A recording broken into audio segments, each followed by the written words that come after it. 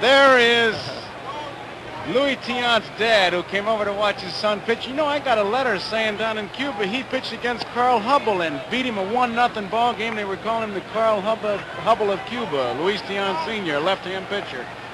He's ready. And hopefully for the Red Sox, so is Louis Tiant, who needs the victory tonight. The Red Sox due to avoid elimination, and the last time we had a World Series decided in 6 games was in 1959 when the Dodgers beat the Chicago White Sox. Joe, do you get the feeling I did in talking to the Cincinnati hitters? They have not been impressed by Tiant's fastball. You've got to be impressed by these statistics that Alan Roth has come up in his success. But they really have not seen Tiant's fastball like the one he had against Oakland in the championship series. I tell you, he's been a different pitcher every time out there, and tonight is a brand new night. And to bring you the play-by-play, the man who has followed the Red Sox all summer, Dick Stockton. All right, Joe and Tony, Pete Rose stepping in. He said Tiant was tougher in Game 4 and takes the first pitch for a strike on the outside corner.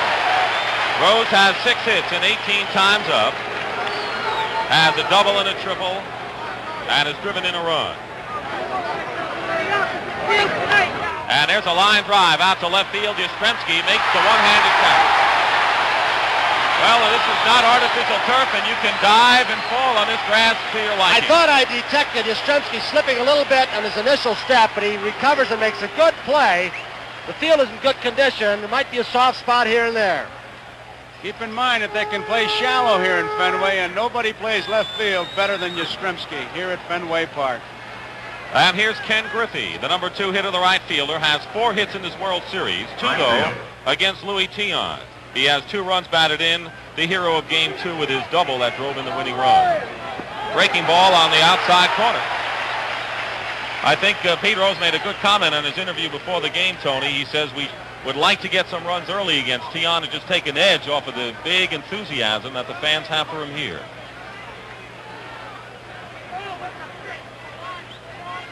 One out, we're in the top of the first inning.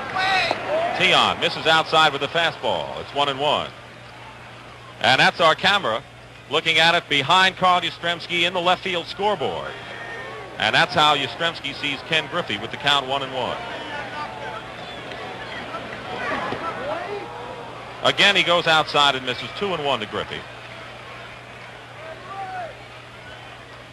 Tiant trying to become one of the few pitchers in World Series history to win 3 series games. Last one, Mickey Lolich for the Tigers in 1968. 2-1 pitch is fouled back. And Tony almost made a nice catch. Joe, I thought you made a good point a while ago when you talked about Tiant not pitching the same kind of ball game the last few times we see him. He reminds me in this regard a lot like Juan Marichal, who might throw you 3 or 4 innings of screwballs, off-speed stuff, then go 3 or 4 innings of straight fastball. They can change their pattern from game to game. It's confusing to the opposition. Where he spots the ball, too, Tony, if there's any spot that he owns that low outside corner on both hitters. He's been pitching Griffey outside. He's behind or even now, 2 balls and 2 strikes. 1 out. The on-deck hitter is Joe Morgan. And a breaking ball is fouled past the first base coach, George Sugar, so the count will remain 2-2. There's Joe Morgan, who has walked 4 times and has a stolen base in the series.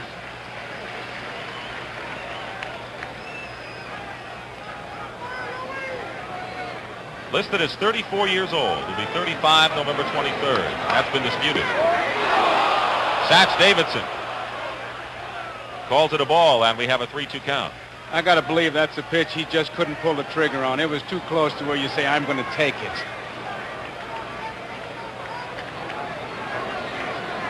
They play Griffey straight away. And the payoff pitch.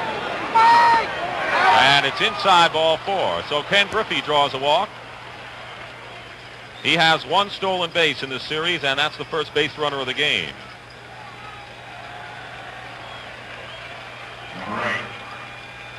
And we'll bring up Joe Morgan. Morgan has 4 hits, 17 times up in this series. And 2 of the 4 hits against Louis Tiant. He has driven in 2 runs.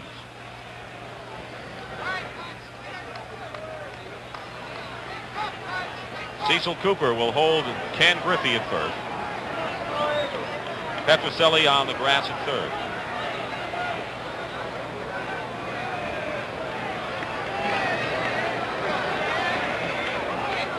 And Louis goes over there. Everyone was talking about Reggie Cleveland throwing over to first base 15, 16 times with Johnny Bench up in Cincinnati. Quick toss over, and not far enough for Griffey to move. Kind of lost his balance on that move, Tiant did, but I tell you, I see nothing wrong with throwing over there. As a catcher, you like it because it'll take the spring out of you base runners' legs if they keep throwing over there. And Joe can hit the fastball. Yes, he can.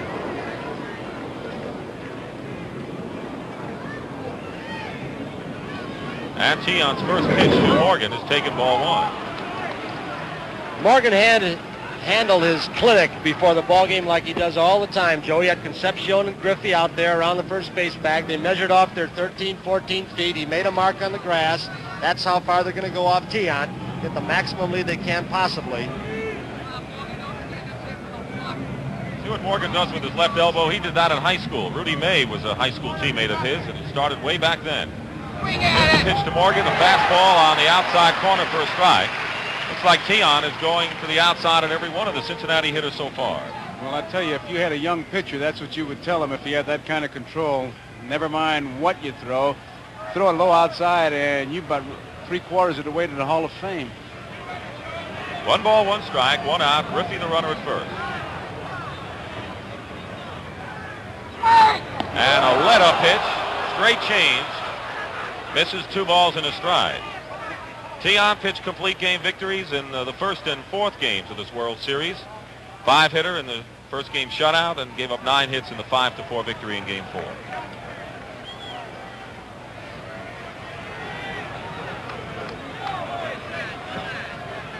Two and one.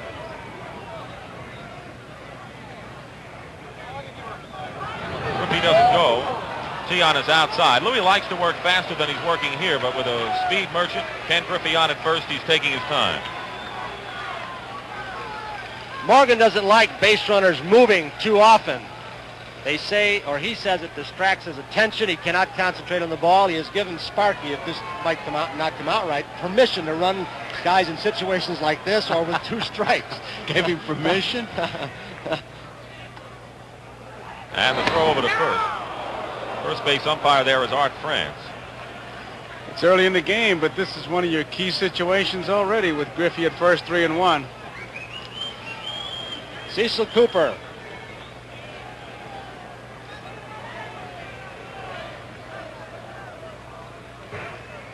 Three balls, 1 strike to Joe Morgan. And he pops it up. It's playable. Carlton Fisk behind the plate. And Pudge makes the tag. Tough play. Looked like that wind took it the last minute, caused Fisk some problems. But Morgan is out, 2 down. That's a tough play. That ball got above the stands here. Now Fisk finds it and with all the confidence goes after it, but watch it start to drift back and he just dances right with it. And Tiant right there. I tell you, that's a tough play. He made a good play on that ball.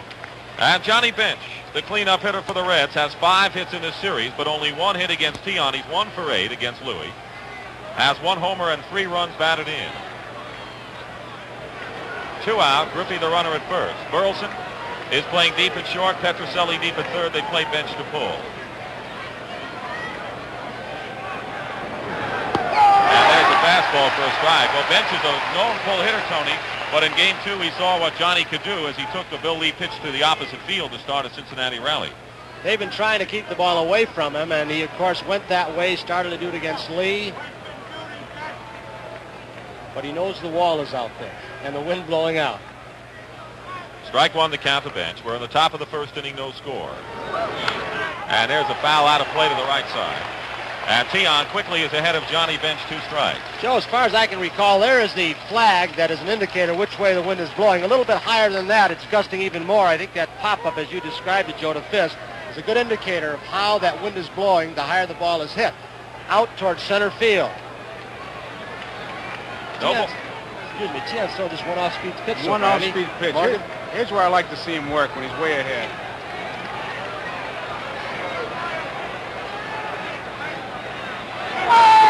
And he strikes out. That's control for you. Bench went after it. And Louis Tiant strikes out Vince to retire the side. The Reds lead one.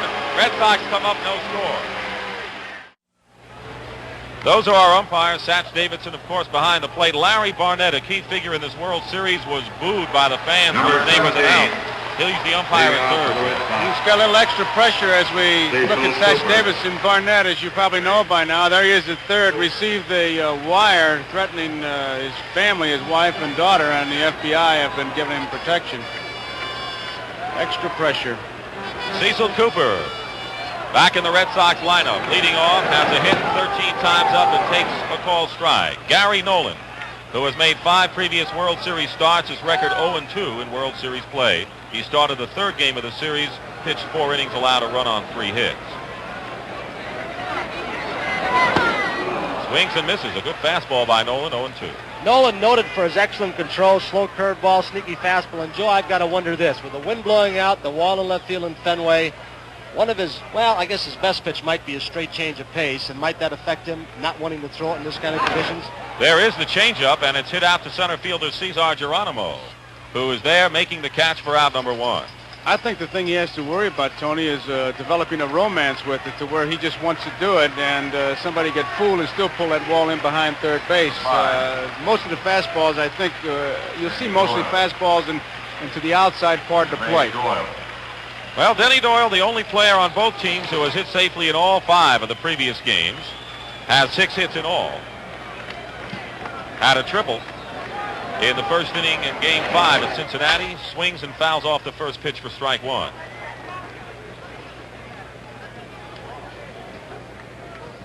Gary Nolan, a 15-game winner this year, and a very impressive lifetime record.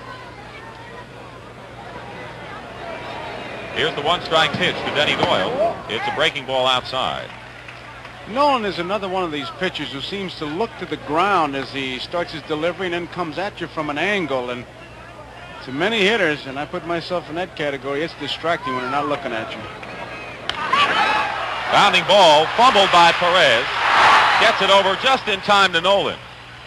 Perez had trouble with it, but Doyle is out, 2 down. This telecast is presented by authority of Major League Baseball as we take another look at that play.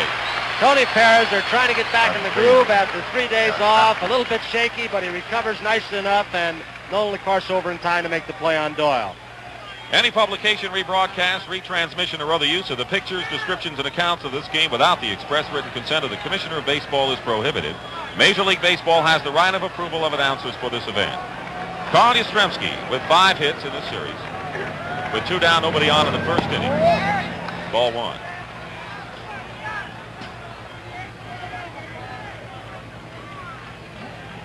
Gary Nolan has not been a very effective pitcher away from Cincinnati. He's much better at home than he will be here in Fenway Park.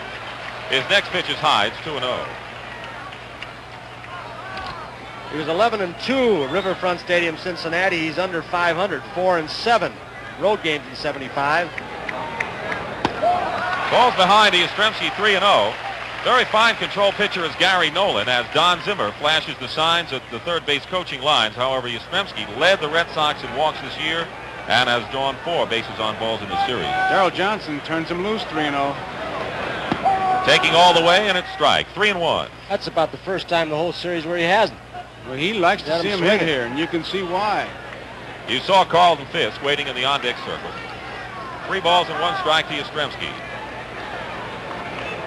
And a base hit. Solid single to right field. And we get an idea how the ball is rolling and moving in the outfield. Looked like it slowed up too much. That high fly ball in batting practice that was landing and kind of just plugging. The ball, I tell you, the groundskeepers have just done a magnificent job here with that surface, that clay surface. It seems to dry up the field, and Joe Mooney and his guys really deserve a lot of credit. And while we were sleeping over the weekend and depressed over the rain, they were working. The lights were on here, and they worked just about 16 hours, 17 hours a day. Well, you were sleeping, Joe, and I were working. Carlton Fisk takes ball 1. 2 out, Yastrzemski is on base. They shade him over to the left. In fact, Joe Morgan is shaded very close to second base. They give Fisk all of the right side of the infield.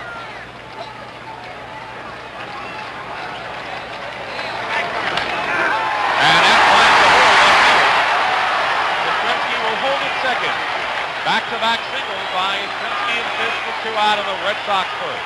Sparky has already let it be known that if Nolan experiences any difficulty, he's going to get him out of there in a hurry, and he'll go to 7 pitches if he has to and save just Don Gullett. There's the Cincinnati bench. No one going to the phone yet. There's Larry Shepard with the jacket. He's the Cincinnati pitching coach, and now we do have activity in the Reds bullpen. So Sparky not wasting any time. Jack Billingham, who was a bit peeved that the rotation was switched, and there's left-hander Fred Norman joining him in the bullpen. You use everyone in the 6th and 7th games of the World Series. Here's Fred Lynn. 5 hits in the series, 2 runs batted in. Fastball tails away for ball. Freddie Lynn thinks the off days was a definite break to him. He's been in a little bit of a slump. He's had time to go under the stands in center field, take a lot of extra hitting practice, try and get back in the groove. Yastrzemski's at second, Fisk at first, 2 down, bottom of the first inning. And there's a high fly ball deep to right field. Going back, Griffey, forget it. It's gone.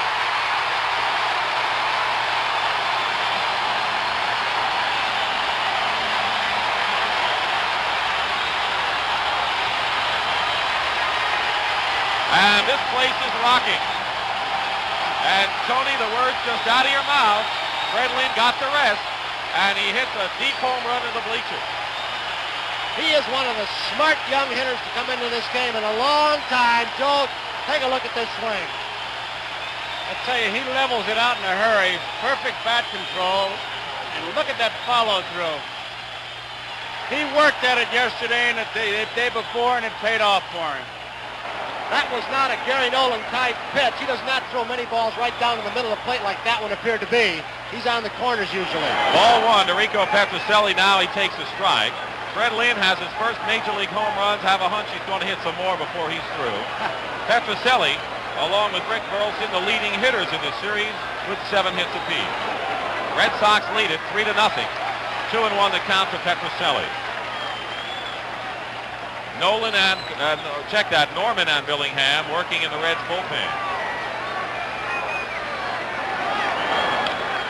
And that's deep to center field. Going back, Geronimo on the warning track makes the catch. Petrocelli hit that ball hard. 3 runs, the big blow. Fred Lynn's home run. After an inning, it's 3-0. Tony Perez. They're still buzzing over Fred Lynn's 3-run homer to give the Red Sox a lead. And if the Red Sox do win, we'll be back here tomorrow night for Game 7, the deciding game of the World Series. It's quite a shot with our handheld camera. It's on the roof, down the left field line, and you see Petrocelli with that nervous habit of smoothing out those rough spots in the infield, and there he is. Luis Tiant got a 3-run lead. Tony Perez leading off the second inning for the Reds, takes a breaking ball inside. Perez has 2 hits in the series, both home runs. He is hitless in 8 times up against Tiant. And did he break out of his World Series slump in that 5th game in grand style? Slow curve, delay call by Davidson, the count 1-1.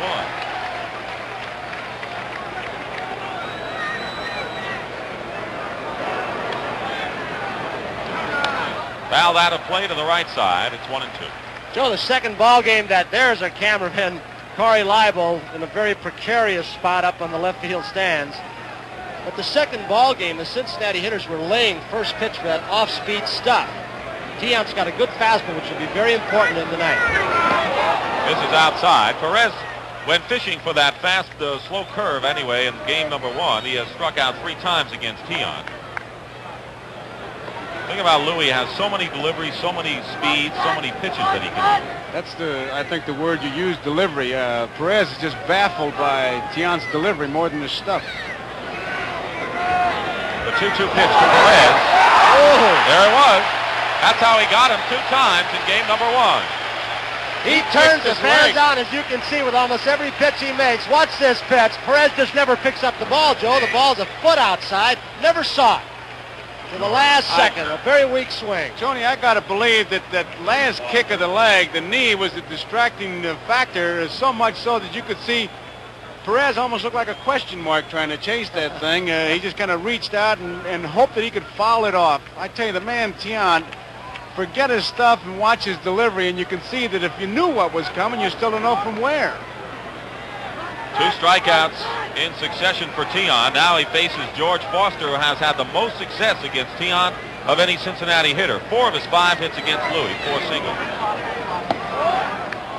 Fastball misses. Foster got a pair of singles in game 1 and 2 more singles in game 4 against Tiant. 1 out. We're in the top of the 2nd inning. The Red Sox lead the Reds 3-0 on Fred Lynn's 3-run homer in the 1st. Foster is known for this. We've seen it throughout the first 5 series games. He is very deliberate, takes a lot of time. He should be used to it by now, Tony. It's a let-up pitch, hit for the strike. 1-1. Now, I said it before, and it's just true that sometime during the night, regardless of where you're sitting, Tiant will look you right in the eye. Now, you watch him tonight, he'll look you right in the eye, even on television. Look at him. Swings and misses. 1-2. Well, if there's a guy in a plane up there, that's who he was looking at. Just watch his head. Concentrate on his head. If you were the hitter, just watch his head. Now, you think he's coming at you? Look at that. Straight up in the air. Amazing body control. Tiant thrives on this kind of pressure. 1 ball, 2 strikes to Foster. Again, he steps out of the box. I don't think the Red Sox pitchers by now are rattled by this at all. I think they come to expect it from him. That they do, and Tony, I can't help but think back what Pete Rose said. He turns the fans on, and they turn him on.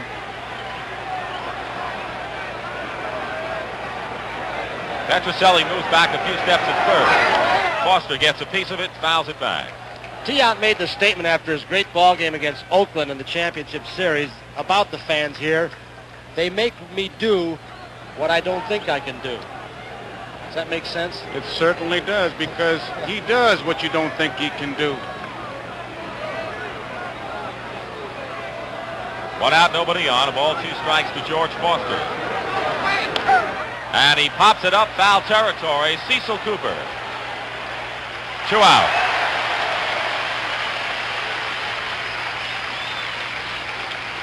Well, 2 strikeouts and 2 foul outs. The first 6 men to face Tiant.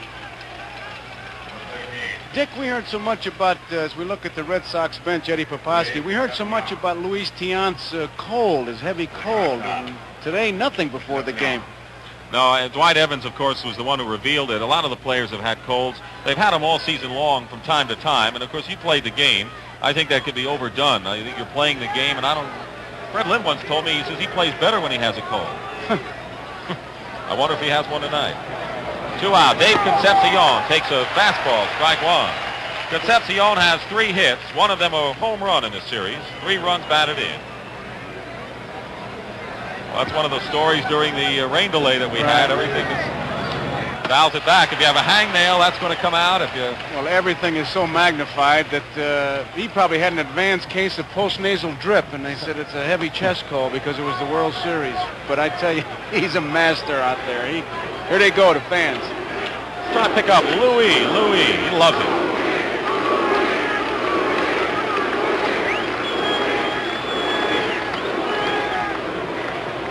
Two strikes, the count to Concepcion.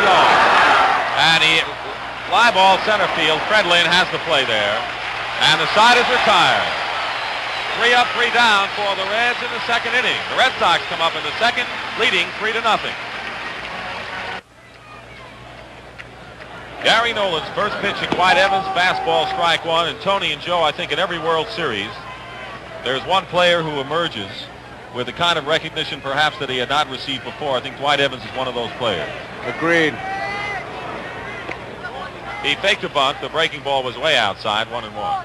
Sparky Anderson is the man, along with a lot of the other Cincinnati players who've said of Evans that he is much better than they had heard or they ever expected. There's Sparky and Alex Grammas. 1-1 pitch, and swings and misses on a let-up pitch. We pause briefly for station identification. This is the NBC Television Network.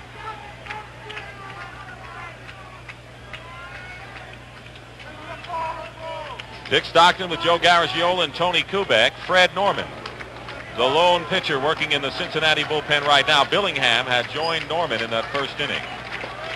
1-2 the count to Dwight Evans.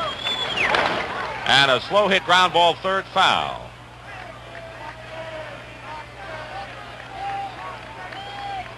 Evans has 6 hits in this series, 1 homer, 4 runs batted in. It was a big home run, a 2-run drive that brought the Red Sox back from a 5-1 deficit.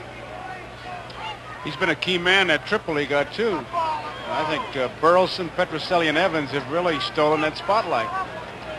Again, the 1-2 pitch. Curveball, he's out of there. First strikeout for Gary Nolan as Evans is called out. He broke off a good curve there. Best one for him in this game. He has a good curveball, good control of it. He changes speeds on it. He's the kind of guy, Joe, he gets the reputation of being a curveball or off-speed pitcher, and his fastball becomes that much more effective. As you mentioned, Tony, Rick Burleson has also drawn the raves of Reds manager Sparky Anderson. 7 hits in the series, hitting .389, and a fastball strike 1. I like during the rain delay, his father was saying he was more nervous than him. He said, I look at Rick and he's got his feet propped up watching television and I can hardly eat. I'll tell you, he's more nervous inside. He doesn't show it outside. Fouls off the curveball, and Nolan's ahead of him 2 strikes. In case you forgot, there's that little corner again among a lot of the other tricky spots here in Fenway Park. Shortstop's got to be very wary of going out to short and left field. He can prevent a double at times. 1 out, 2 strikes to Burleson. Last of the second, 3-0 Boston. Fastball. That was an interesting shot to this extent. I just wonder if Burleson can reach that outside corner. It looks like he's a long way away from the plate. They've been jamming him so much, he's backed off.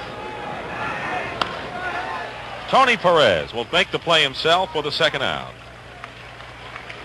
Well, Burleson likes the ball out over the plate, but sometimes he goes after those high fastballs, those high outside fastballs, and that's what pitchers like to feed him. Well, here's Louis Tion with 2 out in the second inning. Tion getting the hand of the packed house here at Fenway. 2 hits and 6 times up, has walked twice and has scored 2 runs. He's got a chance to lead this series with standing ovations before it's over with. There's a strike. Nobody going to catch him now. No, I don't think so. 2 down in the second. Waved at a curveball. The way he's been swinging the bat, I don't think he's going to see too many fastballs anymore. He's been swinging it pretty well the first 2 times out. There's the scoreboard look at Tion as he takes ball 1, strike 2. That's the shot from inside the left field scoreboard at Fenway Park. 1-2 to Tion. There it is. And there's called strike 3. Well, Gary Nolan settled down in the second inning, strikes out 2 of the 3 batters he faces. We have completed 2 in game number 6 of the World Series. Red Sox leading 3-0. Well, I think that pretty well says it all. If there's game number 7, we'll be here. NBC will be here with game 7. And we begin with the baseball world at 8 o'clock Eastern time. What do you got in store in your baseball world tomorrow? Well, tomorrow will be the day that they'll start with their backs are to the wall. There's no tomorrow cliches. And we got to go into the meeting. See, we go into what we call a hostility room. We fight it out. But I'm voting for the animation piece on cliches. You and Jenny Sight really go to it, your producer? Oh, yeah. Cesar Geronimo leading off the 3rd inning against Louis Tion. Geronimo 3 hits and 5 times up against Tion. Fastball, strike 1. Geronimo 5 hits in all in the series.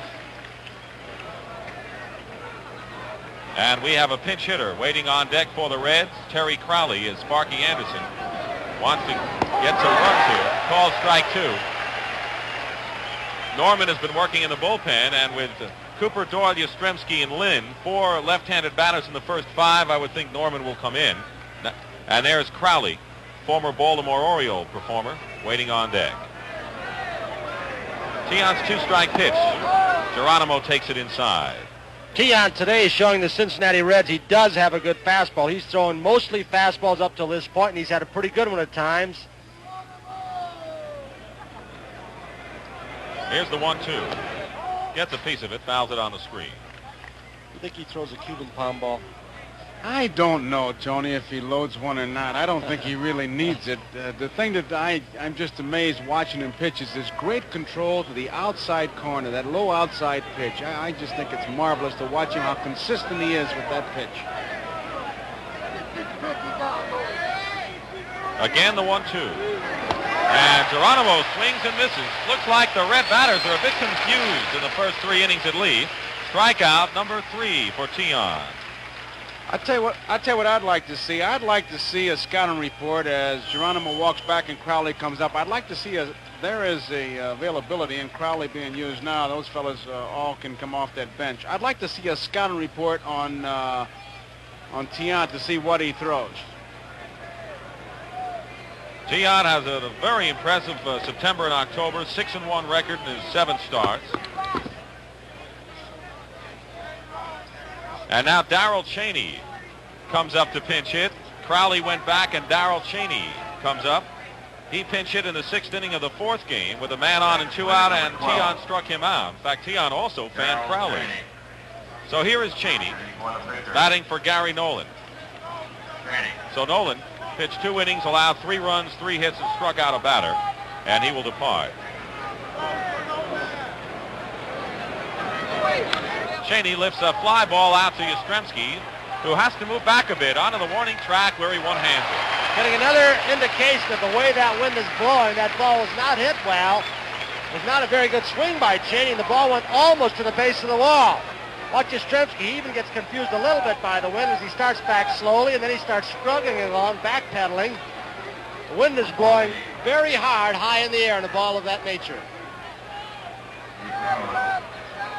Well, Yastrzemski says he can play left field in his sleep, and that, of course, includes the Fenway left field, where he is so much at home. Here's Pete Rose as the Reds are back to the top of their order. He lined out to Carl, who came in to make a diving catch, might have slipped on that damp turf in the 1st inning. Pitch is low and outside. Tiant has struck out 3, has walked a batter, has not allowed a base hit, and there's Louis Tiant Sr. What a thrill this man must be getting this year. Coming from Cuba to see not only his son pitch on a pennant-winning team, but win 2 in the World Series and maybe 3. Here's the let-up pitch, and Rose lines it to center field. That'll be a base hit, and the first hit of the game for the Reds. So Rose now with his 7th hit of the series. Dick, I did an interview with Luis Tiant for the Today Show, and what a heartwarming thing to hear that great pitchers say that God gave me 2 things I wanted this year: my family to come to see me and play in a World Series. I think that's a pretty good yardstick on what that man's made of. You know, the first time Tiant pitched with his dad at present, couldn't get anybody out. Just didn't have it that night. Ken Griffey, the batter, walked his first time up. Rose is on at first with 2 out. Top of the 3rd inning, 3-0 Boston. And a bouncing ball off the glove of Tiant. Doyle recovers, however, makes the play to retire the side. Might have been trouble if the ball had been deflected too much over to the right side. It's still 3-0 Boston. The new Cincinnati pitcher is 5'8" Fred Norman, 33 years old, native of San Antonio, Texas. He was the loser in the 4th game of the series when 3 1/3 innings allowed 4 runs on 7 hits. And, of course, it was on the mound when the Red Sox erupted for those 5 runs in the 4th inning of that 4th game. Screwball, slider, slow curve. He'll surprise you with the velocity on his fastball. He is one of the men or pitchers who was disgruntled, as you guys mentioned earlier in the telecast, because he was passed over one ball game up here in Fenway. Tony, we've had more disgruntled pitchers than pitchers in the series, it seems. I tell you, boy, you've seen some statements. Billingham had one. Bill Lee, of course, has been dominating the papers here. He just thinks that he should be pitching regardless. I have a great respect for a lot of the writers in the country who are, all the big ones are here, and they have really had their work cut out for 3 off days. That's when the players say things, sometimes just to say them to put the writers on and put the media people on. The writers write it. Sometimes they have to retract it. But they really worked around here the last 3 days with their off-day stories. My favorite line is the one I saw that the Fall Classic may turn into a winter wonderland. Cecil Cooper will lead off in the 3rd inning against Fred Norman. Of course, one of the things we had read in the paper, perhaps Sparky Anderson would start a righty, then bring in a lefty, and force Darrell Johnson to bring in his right-handed batters, but Johnson is not going to switch. Cooper and Doyle are effective against left-handed pitchers.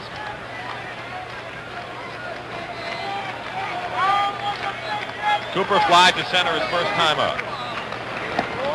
There's a ball outside. It was a breaking ball. Darrell Johnson. What a job he's done all season long, managing his pitching staff in Fenway. That's on the corner. 1-1. I have a lot of respect for Darrell Johnson. I think he has handled himself extremely well, not only this season, but during the World Series. May not be as colorful as Sparky Anderson in giving the answers that the writers may want, but he is logical, he's to the point, and he is honest. Yes. And a pop-up. Shortstop Concepcion is going back. He'll call for it. And Cooper is retired. 1 out in the 3rd inning. Darrell Johnson. Sometimes they put a rap on a manager because he doesn't come up with the glib, the funny little quotes and all that. You might have seen on the front of Darrell Johnson's jacket was a microphone tape that will be used for the World Series film. There you see it, the little piece of gray tape. You ever been in when you edit that film? No. You know what happens? Ball players run up and just stand right in front there and holler all kinds of little goodies into there. And then Darrell's busy saying, that wasn't me, that wasn't me.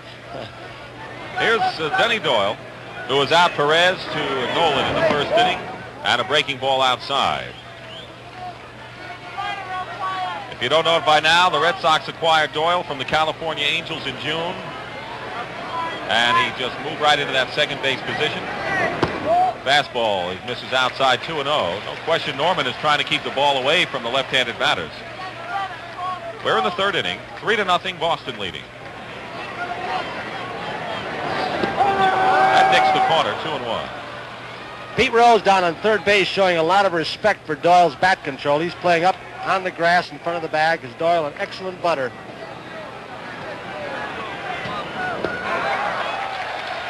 3 balls and a strike. Not only can Doyle bunt, if you pitch him inside, he can pull the ball, as he has done as Don Zimmer, the 3rd base coach. He's been a very active man at 3rd during those coaching lines during the season, but Doyle can serve base hits out to left, center, and right, short right field. That's where he picked up most of his hits this year. 3 balls and a strike. And there's a base hit down the right field line into the corner, and the ball gets away a bit from Griffey. Doyle will hold it second with a double. Denny Doyle, with his first double of the series, has a triple already, and now he has 7 hits. A 1-out double by Denny Doyle.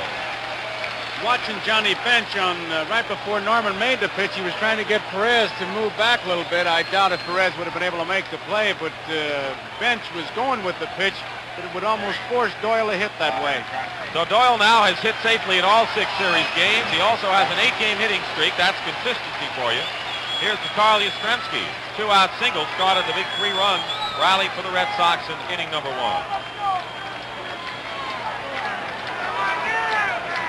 In that 1st inning with 2 out, Yastrzemski singled. Fisk got a base hit, and Lynn homered into the right field bleachers to provide all the runs of this game. 3-0 to score. There's a ball.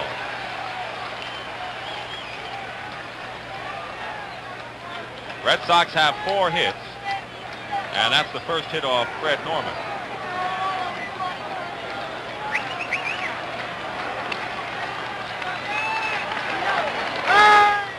And he takes the big cut, fouls it back. 1-1. Michael Ford, President Gerald Ford's son, part of this packed house tonight here at Fenway Park.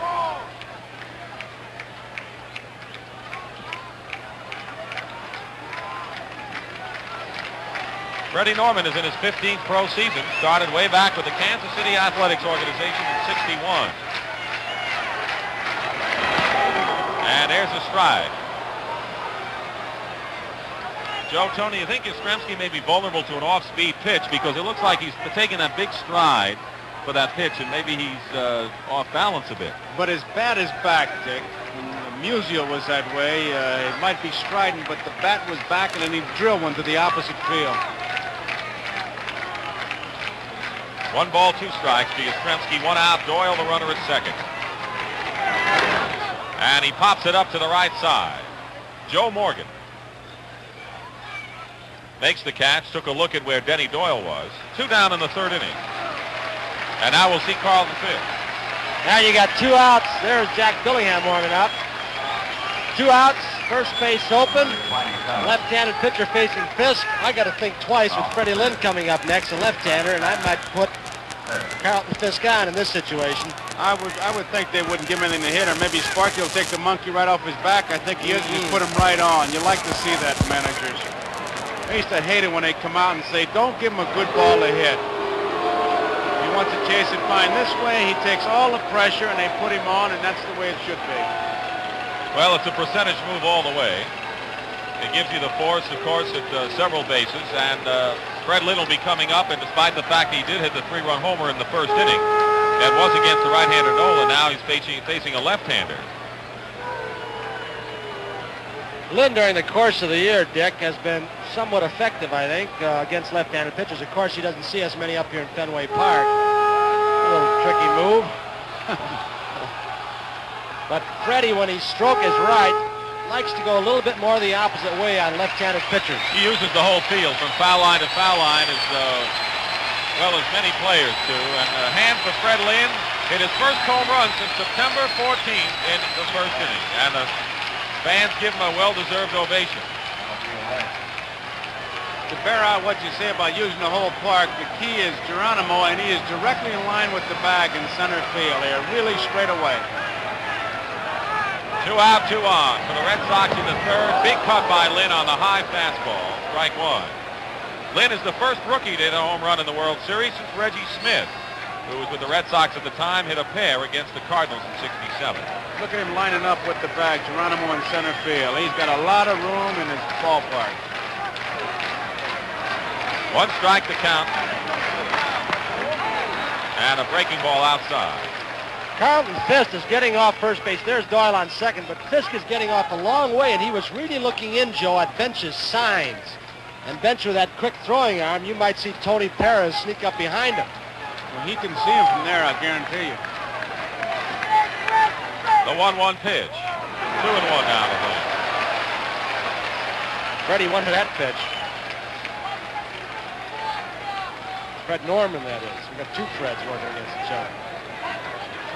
Mark Anderson, as you mentioned, Tony, will use just about anyone, and he already has started that routine. Now, what will that mean for tomorrow? Does that mean people like Billingham and Norman may not be as available as much?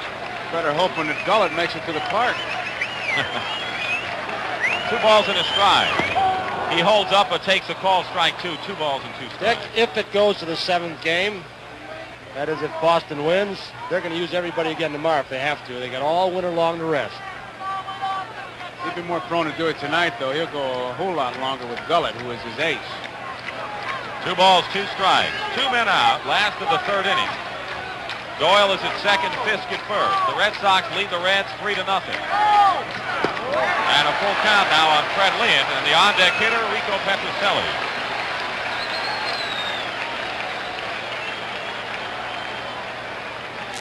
There's Tony Perez. Fisk in front of him. He's been peering down at the signs. You see everybody moving in the infield as the pitch came to the plate. The runners will be going on 3 and 2. There they go. The payoff pitch, ball 4. Well, that'll load him up for Petrocelli. And now it's Sparky goes with the percentages. He may be out there and bring in Jack Billingham. There he comes. Well, he's got to think of a couple things, I believe, Tony. Number one, that Petrocelli, especially with men on base, is a first ball hitter. And many times when the pitcher gives up that base on balls after the intentional walk, the danger of, well, I'm going to get ahead of this guy and put a little extra, but it'd be right down the middle in a bad spot. And that's a little tough to do it with Petrocelli. He looks like he's indicated he's going to make a move. Norman leaves, and we're going to have a revolving door policy as Billingham comes in. So there's a break in the action here at Boston. The score, Red Sox 3, Cincinnati nothing. 32-year-old Jack Billingham, who has a fine sinker ball, is making his second series appearance. He started game 2, worked 5 2/3 innings, allowed 2 runs, 1 of which were earned, and had no decision in the game eventually won by the Reds 3-2. And as I recall, Jack Billingham was upset too that he was passed over for this starting assignment. Billingham pitched well the second game up here for Cincinnati. He's the kind of pitcher, when he's right, is very effective in this kind of ballpark with that sidearm curve, slider, and low sinker ball. Well, he's pitched well in World Series play. 3 runs in 9 innings of pitching, a 1-0 record. Now he'll have to face 19 innings, that is. Rico Petrocelli flied out to center field, but hit the ball deep to Geronimo onto the warning track in the first inning. Bases loaded, 2 out, bottom of the 3rd inning, 3-0 Boston. And he chops it foul behind the plate. Doyle, the runner, is at third. At second, Carlton Fisk and Fred Lynn, who has a home run and a base on balls on at first. Joe, this is the kind of situation as a catcher with the bases loaded. You hate to make snap throws, but Tony Perez is sneaking up a little bit closer on Freddie Lynn at first base. This is outside. But the only way you would do it, Tony, would be one of those I'll be there kind of plays without pitching out, where if you got the ball, the first baseman would answer you and say, well, if you get it, I'll be there, so throw it. But you got to make sure he's going to be there, because with the bases loaded, you may throw yourself into a triple. Big cut by Petrocelli, and he misses. A ball and 2 strikes. There's Dwight Evans in the on-deck circle, who hopes he has a chance to get up to bat. A ball, 2 strikes to Petrocelli. 2 out, the bases loaded. And Petrocelli goes after a sharp-breaking ball way outside, and the side is retired. Billingham does the job. And after 3 innings here at Fenway Park in Game 6, Boston. This is a big story of this World Series. 4th inning, Joe Morgan will lead off. He fouled out to Carlton Fisk in the 1st inning. The Red Sox 3 runs, 4 hits, no errors. The Reds, no runs, a hit, and no errors.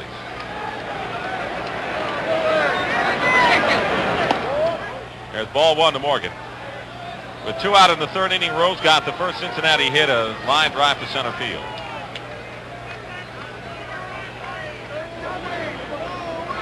And the let-up pitch in for the strike.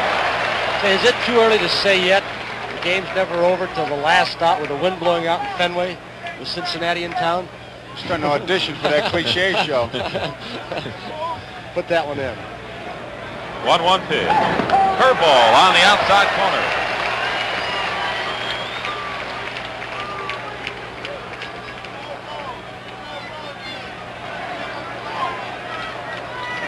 One ball, 2 strikes to Joe Morgan, leading off the 4th. And a ground ball, second base, Denny Doyle gobbles it up.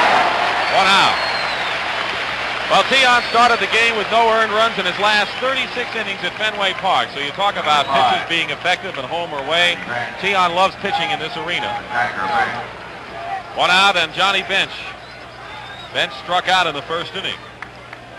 Let's see if he works on him the same way. Remember, Bench chased a bad ball the outside part of the plate.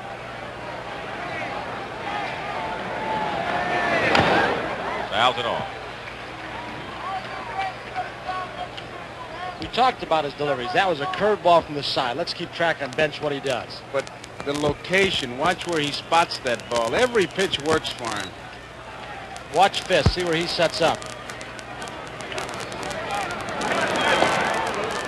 He misses outside. I think Tiant has thrown 1 pitch high only once tonight. I think if he has been inside, he's been well inside, outside the same. But he hasn't really thrown any high pitches in that strike zone. Bench swings and misses. That's the best fastball he's thrown all night. When he comes over the top, as he did on that last one, that's when his real blazer, when he's got it, comes in. Now let's see what he does when he's ahead 1-2. He's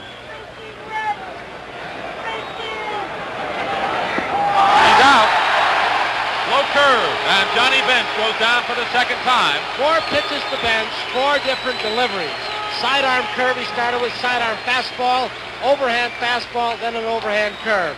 What do you look for? 4 different deliveries, and where were all those 4 pitches? All away. All away, and 1 of them was up, 3 of them were down. You couldn't hit him with 7 bats when he makes pitches like that. Tony Perez knows what it's like to strike out against Tiant. He's manned 4 times. There's that hesitation pitch. I thought they outlawed that with Satchel Paige. That should have copyrighted that one. Tony Perez has 2 hits in the series, both home runs. On the corner, fastball. Right there. Mixing his pitches beautifully tonight. Tiant has to count 1-1 with 2 out of the 4th. And I'm sure the 3-run lead that he has isn't hurting his showmanship at all either, Joe. No way. 2-1. John Havlicek and his beautiful wife Beth looking on. John about ready to start another season with the Boston Celtics. 2-1 pitch. Perez almost went after a breaking pitch. It was outside.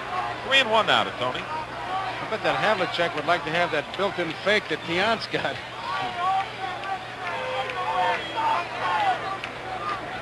3-1 pitch. Foul back on the screen. Full count now to Tony Perez with 2 out in the 4th. I think it does so much for a pitcher to have a lead, not necessarily a 1-run lead, but something like 3-4 runs. Just really changes the complexion. In game 1, Tian, of course, had to battle Don Gullett till they got the 6 runs in the 7th inning. He'll be breathing a bit easier tonight. Here's the payoff pitch to Perez. Fastball. Perez fouls it back. Dick, you're right. You don't have to be a nibbler. You can go right after him, which Tian is doing. Throw strikes with any of a couple of different pitches. The difference in the thinking is you don't throw what you have to throw. You throw what you want to throw. You got that lead. When you're nothing. I wish I'd have said that. That's pretty good. Write that down in case we He play hasn't tomorrow. written down. He's been waiting to use this. No, Tony. I haven't got nothing written down. You guys are rotten. All right, here's the payoff pitch again. And Tony Perez, line drive, and it's past Doyle. Sharp hit, and Perez has a single. There's Dwight Evans, likes to play a little decoy out in right field. Was hoping maybe Perez would move, and he didn't. So that's the second hit of the game for Cincinnati. A 2-out single by Perez. Rose got the first hit, a 2-out single in the 3rd inning. Brings up George Foster. Foster fouled out to Cecil Cooper at his first time up. That Foster does everything he can to distract that pitcher from his own score. Now, he knew his shoe was untied, but he waited till he got in the batter's box. A little gamesmanship, nothing wrong with it. 2 out, Perez at first. He has a stolen base in the series.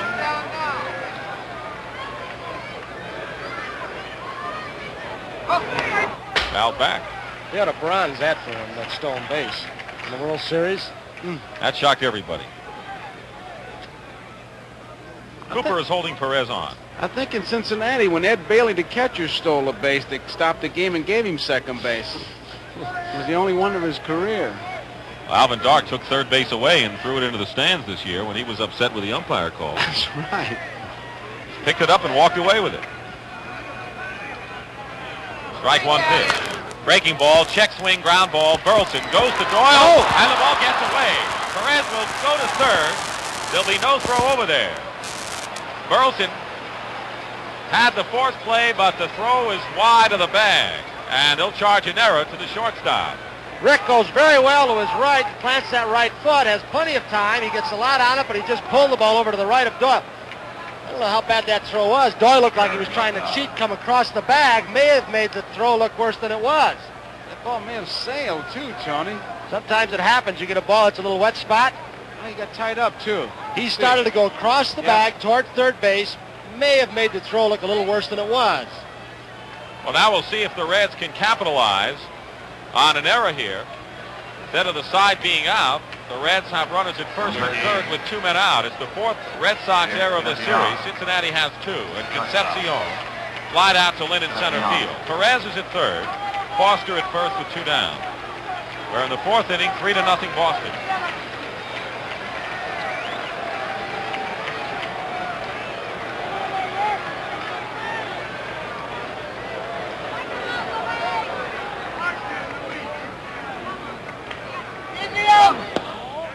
Just misses outside. Ball 1. Tony Perez, who singled and went to third on the error. Foster, who was safe. 2 men out.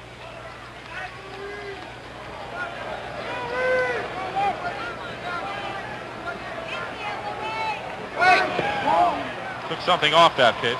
Falls behind, however, 2-0. Well, the Reds have not had a runner as far as second until now. Perez is at third. Clay Carroll is in the Cincinnati bullpen. We can expect to see just about everyone but Don Gullett out there tonight. And who knows?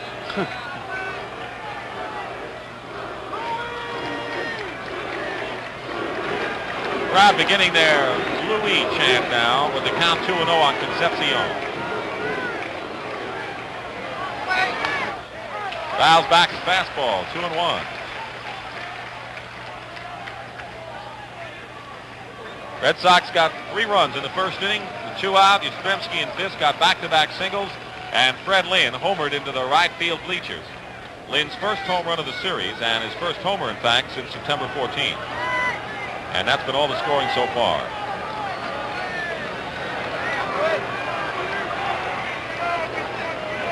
The 2-1. On the inside corner, says Zach Davidson. 2 balls, 2 strikes. Good fastball by Louis. On the black. There's Perez at third. Foster and Cooper holding him on. 2-2 now with 2 men out.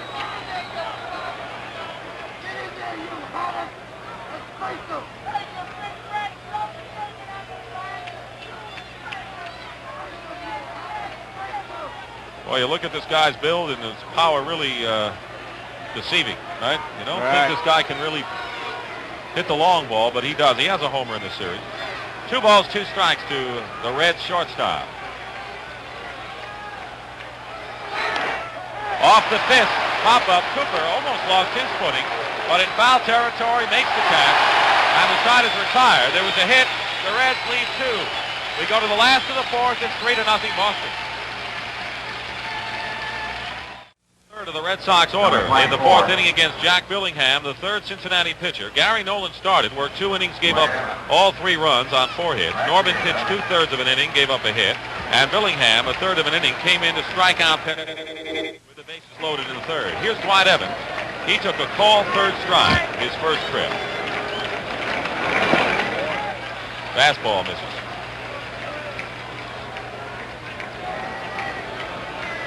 So Billingham upset at not being the starter in this game, seeing action here. Evans fouls it off at the plate, 1-1. Evans' bat from the right side has been very important in the outcome of this series, with the absence, of course, of Jim Rice. They need his right-handed bat going so they can't pitch around some of the other left-handed hitters, and also Carlton Fisk. 2 balls and a strike. Dwight Evans, 23 years old. Cuts and misses 2-2. In fact, when you have the outfield of Rice, Lynn, and Evans, Evans at 23 is the senior member of this outfield. What happened to Evans the second half that he started going so well? What did he change? I think he got a chance to get in the lineup. I think he has to be in there. He might have lost some confidence early in the season. This is fouled back, 2-2. And I think once Dwight got the groove, he was all right. You know, he's tough on himself, as you know. It's that old baseball or even football, I guess any sport, you can't play unless you hit, you can't hit unless you play. It's 2 for you. The 2-2 pitch to Evans. That's out to right field. Griffey really has to run for this one. Won't get it, and it's into the stands for a ground rule double. Well, Evans just went with a pitch to the opposite field, and that'll be the 2nd double of the game for the Red Sox, and their, let's see, 6th hit. Ken Griffey with that great speed, but there's a lot of room out here in Fenway Park in the right field sector. It is a tough position to play, more so maybe in the daytime when you have a sun problem also. Evans now has 7 hits in this World Series. Denny Doyle has 7, and this man, Rick Burleson, has the same number. He bounced out Perez unassisted. We're looking for a bunt, but Tion is the next hitter.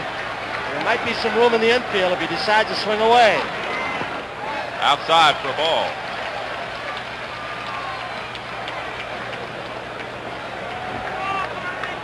Look at how many openings there are when that shortstop and second baseman start cheating.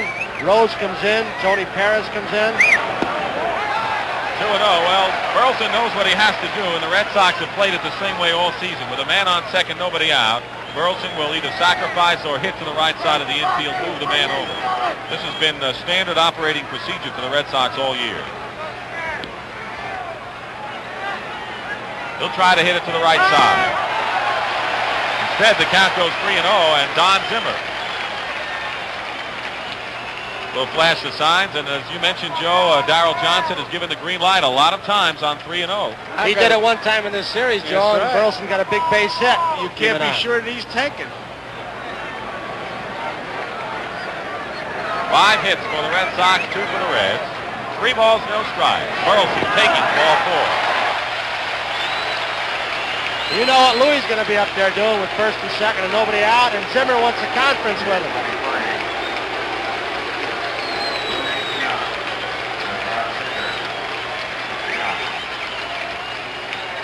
Cincinnati does not have the trick play. At least I haven't seen it, although Rose, while Zimmer talks to Tiant, is going out to set up a defense with Billingham, and Bench joins in.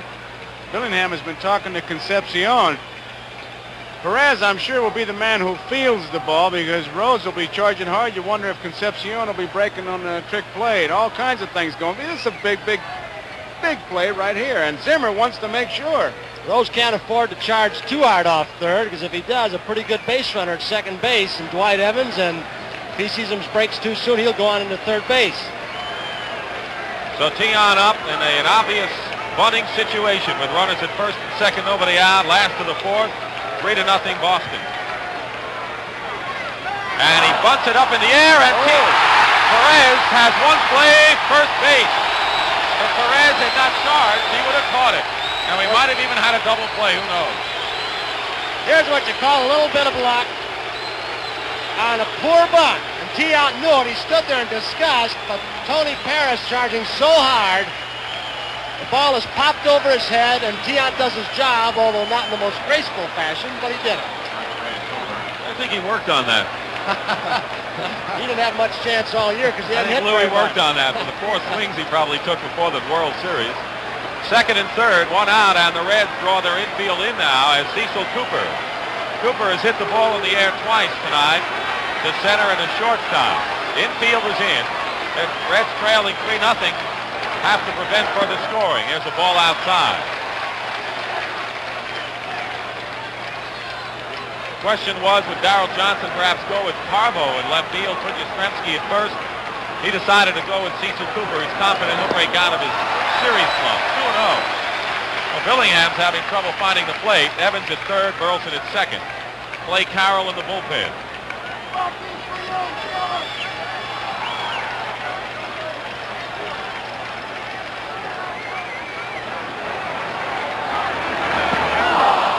And Cooper misses 2-1. Evans at third, Burleson at second. The infield is in as Joe Morgan shouts something to Billingham.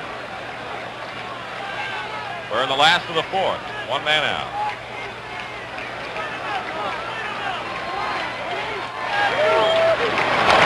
And a slow hit bounding ball. Perez will go to first. The runners hold. 2 out. Evans couldn't go. Burleson is on at second. 2 men out.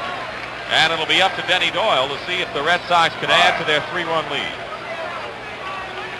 Dick, have you seen Doyle any time during the course of the year in this situation, if they play too far back with his bat control, lay down a bunt, try and score that runner for third?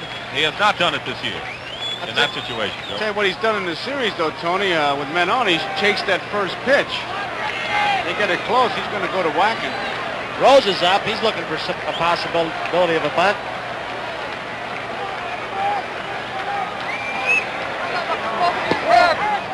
Low, ball one.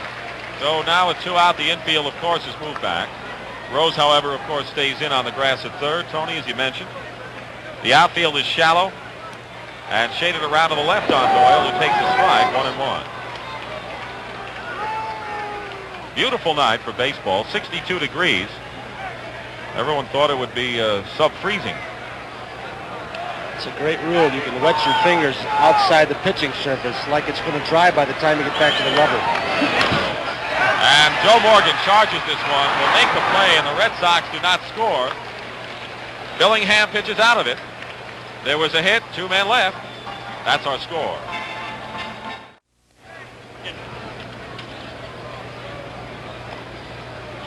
Well, the number 8, number 9 hitters are starting it off for the Reds in the 5th inning, and so we will definitely see a pinch hitter for Jack Billingham. But first, Cesar Geronimo will lead it off against Louis Tiant. Geronimo was a strikeout victim in the 3rd inning. Tiant has given up 2 hits, has walked 1 and struck out 4. He got out of the toughest jam he's been in last inning with runners at first and third, 2 out, not of his own doing, and induced Concepcion to foul out. And there's a drive to right field, and Dwight Evans is there to make the catch. Evans picks up the ball in a hurry in right field. He gets there in a hurry. He does not drift to a ball where the wind might affect her. If the ball sails, you could get hurt. Armbristers now is going to be the pinch hitter. Crowley called back. Second time that's happened. He's the designated on-deck batter. I was going to say. Twice he's been out there, and twice he's been called back by Sparky Anderson. So Ed Armbruster. Sparky is saving the men he considers his top hitters off the bench, and also the percentages for men on base situations. He still has Dreesen on the bench. So Armbruster, who has been up one time, and of course played a major role in that controversial play in game number 3. He has sacrificed once, and of course that was the big play in which interference was claimed by Darrell Johnson and of course rejected by the umpires. So Armbruster batting for Jack Billingham and takes ball 1. 1 out. We're in the top of the 5th inning. 3-0 Boston leading Cincinnati. Game 6 of the World Series. If the Red Sox win, we'll have Game 7 tomorrow night right here. 2-0.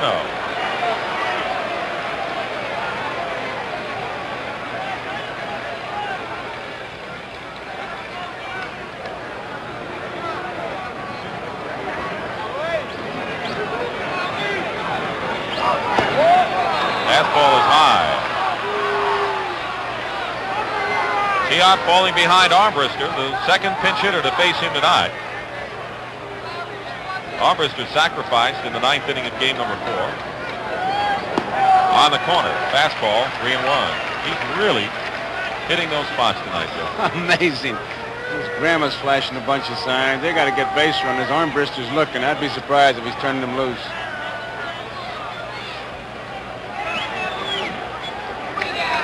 He loses them, and Armbruster draws a walk. That's the second base on balls given up by Tiant. He had walked Griffey with 1 out in the 1st inning. So Armbruster the runner with 1 out. And once again, the top of the order for the Reds, Pete Rose. Lined out to Yastrzemski left and singled up the middle. The first Reds hit in the 3rd.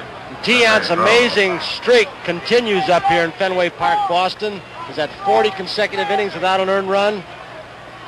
What an amazing thing anywhere, but especially here with that short fence in left. The wind blowing out as often as it does.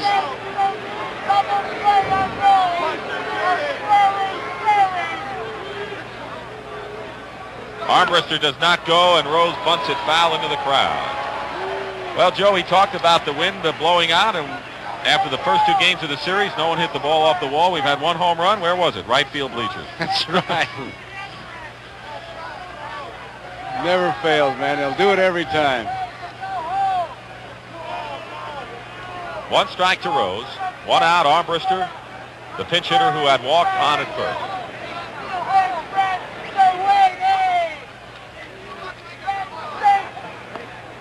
Cooper holding him on. Art France, the umpire.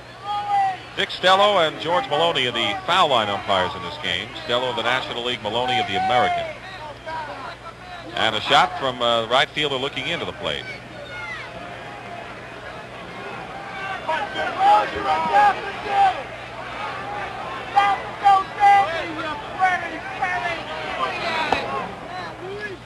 This was outside, and Tiant wants a new ball. 1-1. Native of Havana, Cuba, now he lives in Milton, Massachusetts. Luis Tiant. Pitch for the Indians, the Twins, before joining the Red Sox in '71.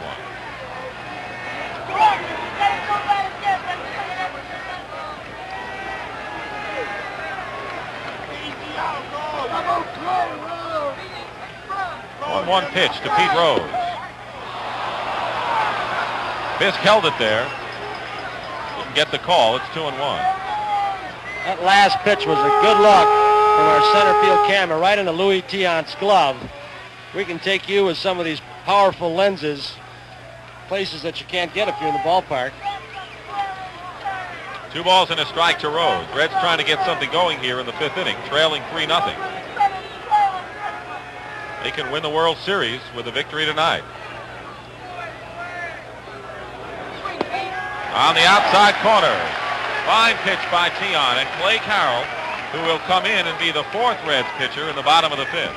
You've heard the expression many times, he just will not give in, and Tiant, with Armbruster at first base, Tiant will just not give in. He just goes to that outside corner. He'll not throw it down the middle. He'll make you hit the pitch he wants you to hit. 1 out, 1 on, 2-2 to Pete Rose.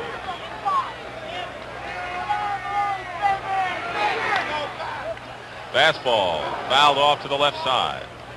And the ball bounds onto the field. So Ed Armbruster goes back to first. He had walked with 1 out.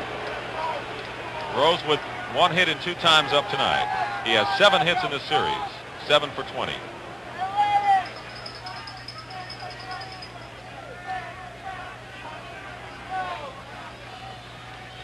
On deck is Ken Griffey for the Reds.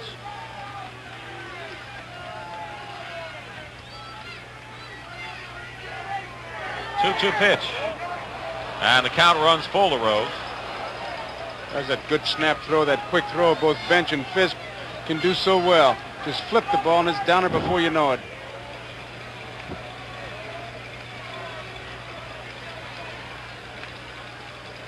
Tiant had a base runner in the first. Griffey with a walk. Rose with a 2-out single in the third. Perez with a single in the fourth with 2 out and an error. Had runners at first and third. Now it's 3-2 to Rose with Armbruster on. The 3-2 pitch. Armbruster goes and Rose fouls it back right in here. I've got a catcher and a shortstop, and I had to make the play, and it was off my hands. I ducked it, man. So did Ned Martin. Get the white flag out. Ned assumed that married man stance. He ducked right under the chairs.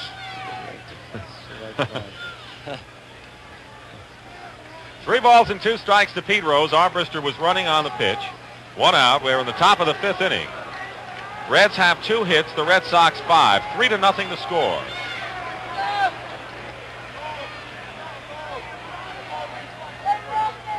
Again, Armbruster on the move, and Rose lines a base hit to center field. Armbruster will try to go to third, and Lynn will throw to second. Freddie got the ball caught in the webbing of his glove. Armbruster started to slow down around second base, and then he decided to challenge Freddie Lynn's arm. I think he might have surprised Fred. You don't do that too often on him. I would think so, but the ball had to get caught in his glove. He got to the ball quickly, and then, well, I do believe he was surprised by Armbruster. He didn't get the good grip, and it could have been a surprise because Armbruster did stop at second base.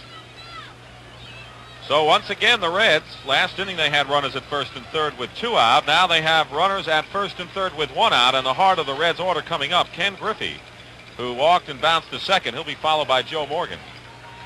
3 hits now for Cincinnati. There have been 3 one-run games in this series, an extra inning encounter, and the Red Sox have out-hit Cincinnati. But in games, it's 3-2 Reds.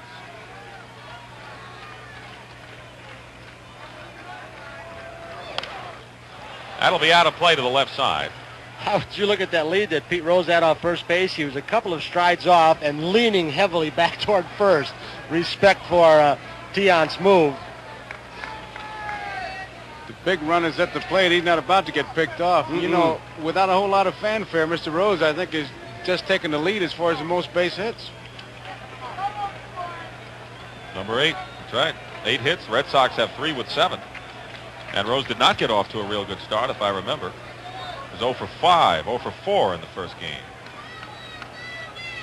1 strike pitch. Misses outside, 1-1. We briefly pause for station identification. This is the NBC Television Network.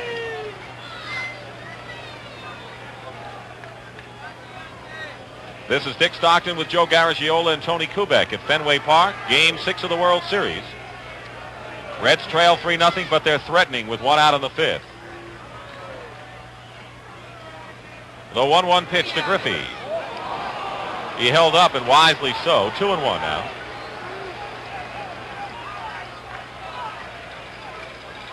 Cooper holding on Rose at first. Armbruster at third. These are the kinds of situations where Tiant has come up with a big pitch throughout this series. Men on base, the hitter ahead of him.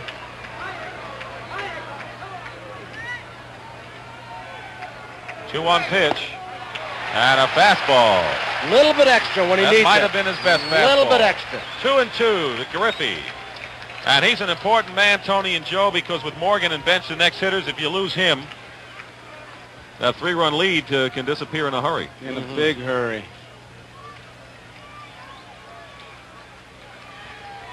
Well, that was a good pitch, Tony. He needs another one right now.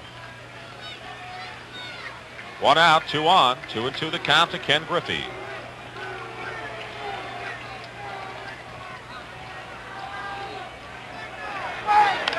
And a fly ball deep to center field. Lynn going way back, and he can't make the play. It's off the wall. Evans will recover, and Lynn is not up. He has been shaken up. 1 run comes in. Here comes Rose with the 2nd run, and Freddie Lynn is hurt in the corner in the dead center field. He must have hit his head against that wall, and he is really shaken up. And Darrell Johnson, trainer Charlie Moss, going out to center field. Griffey on at third with a triple, 2 runs in, and I've never heard Fenway Park as silent as it is right now. He hit it hard. He was going full tilt when he jumped, turned his back to that wall. We don't know if he hit his head, but he sure jarred his back very hard. Tony, look at the crowd is just standing up. Stunned. They're all standing. The big hush over the ballpark. You just don't know. There's a shot of the crowd. Have you ever seen a ballpark like this during a game? The concern is here because he gave it a real challenge as he got up, but as you pointed out, he hit that wall so hard, and he didn't move.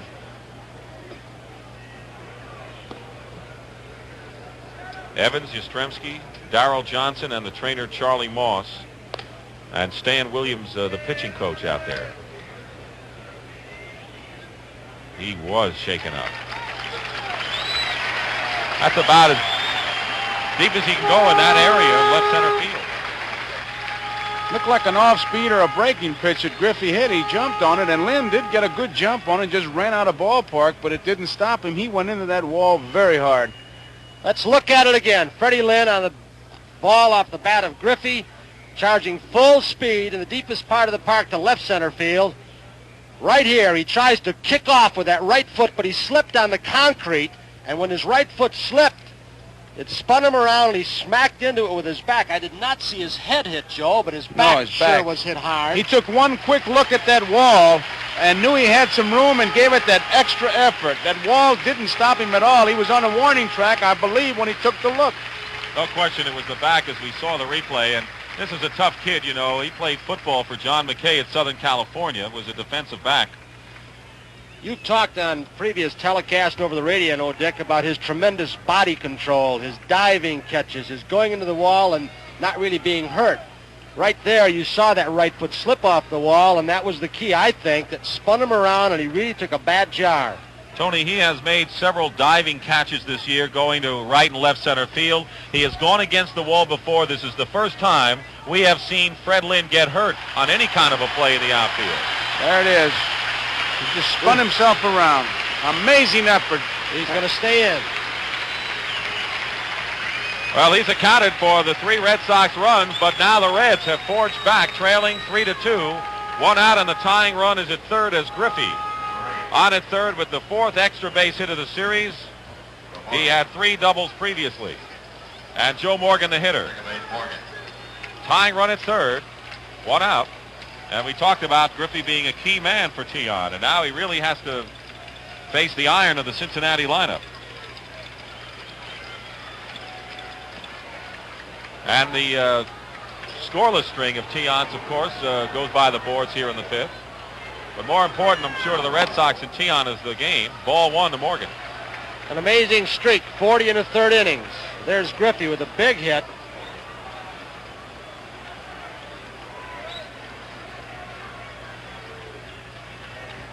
Infield in for the Red Sox. Pitches outside, ball 2. And, of course, knowing the way Sparky Anderson is managing the series, a closer score, of course, makes it more prominent for Rollie Eastwick to perhaps play a big role later in this game. If the club is out by a lot of runs, he's not as effective.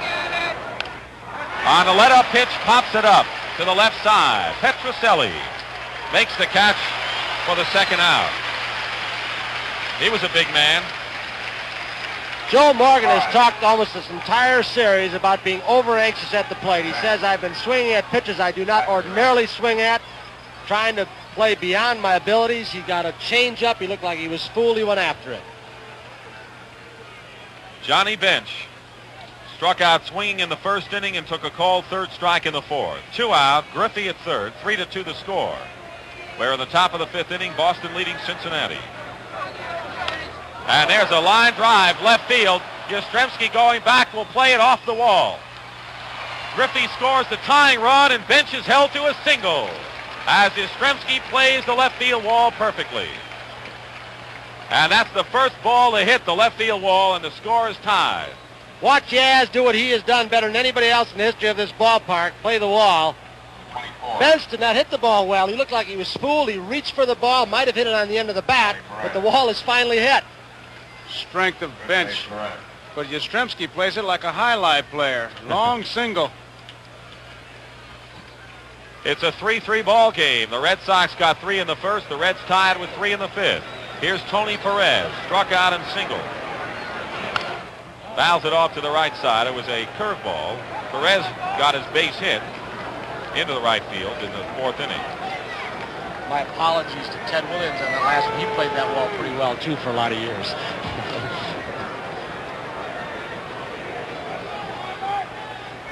Bench the runner at first with 2 down.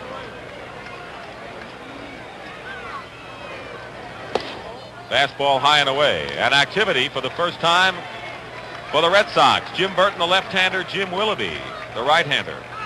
1 ball and 1 strike to Tony Perez. The Reds have tied it here in the fifth. Each side has 5 hits. The Red Sox have the only error in this game.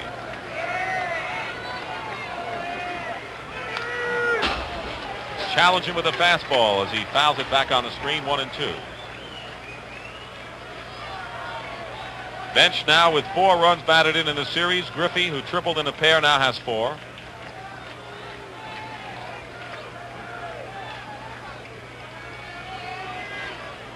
The Cincinnati club comes right at you.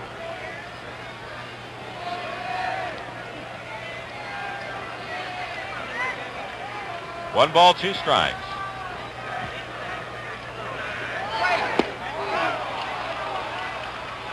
2-2. Cincy's lineup doesn't give you any rest. They come at you with 8 hitters and a couple more off the bench. Almost all of them capable of hitting the ball out of the park. Well, they led the major league in runs scored. Red Sox were tops in the American League. 2 balls, 2 strikes. Fisk faked the throw to first. Count is full of Tony Perez. On deck is George Foster. 3-2, 2 out. Bench at first. 3-3 the score.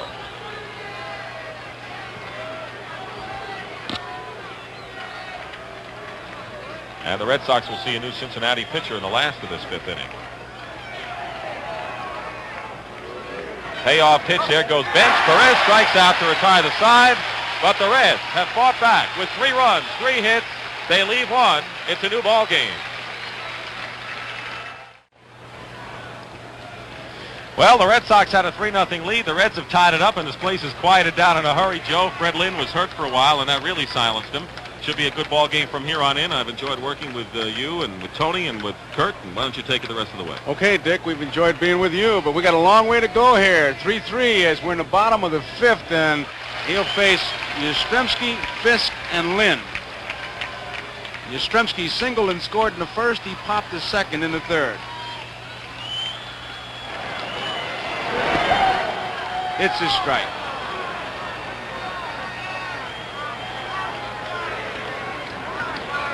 Six for 20 in the World Series. And what the playoffs or the League Championship Series and the World Series, what defensive plays this fella's made. 1-1 the count. Owner of the Red Sox, Mr. Tom Yawkey, said the other day, in the history of this ball club, Yastrzemski is the best he has ever seen playing for the Red Sox. And that takes in a lot of Terry, and you include Ted Williams. 2 balls and 1 strike on Yastrzemski. There's Mr. Yawkey in the middle. Haywood Sullivan to his left. And the other gentleman didn't know him. There's a strike. 2 balls and 2 strikes. We talk about Louis Tion having won 2 series games. Well, Raleigh Eastwick has won 2 series games, and he has a shot at a third if the game goes along the way it's going and he makes an appearance. He's been the man out of the bullpen, all right. Line drive, base hit, left field. Yastrzemski gets the starter for the Red Sox.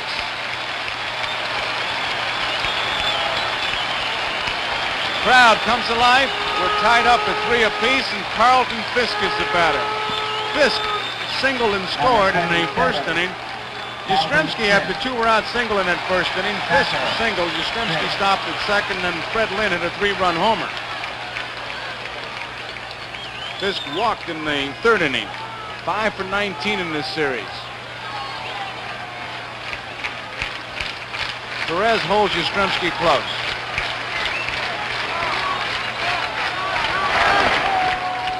Strike 1.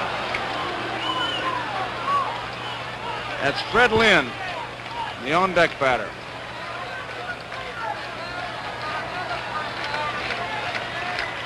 Fisk can hit to the right side. He can handle a bat. Takes it outside, 1-1. And what a time to do it, because there is a hole there that you could drive a tank through between Morgan and Tony Perez. Joe really shading Fisk toward the bag. Look at the opening. He gets a slow curveball. He's going to punch one out that way. Rose stumbles, loses his double play, but gets his man at second base. He got one. Pete, he did everything but bite that one, didn't he? We're going to see right now the Rose style of playing third base. Number 19. Here's Yastrzemski on first base. He gets a pretty good break off the bag. Pete just battles the ball going to his left. That is from our camera in left center field. Yaz coming in. Joe very wisely knowing only a chance to get the force out.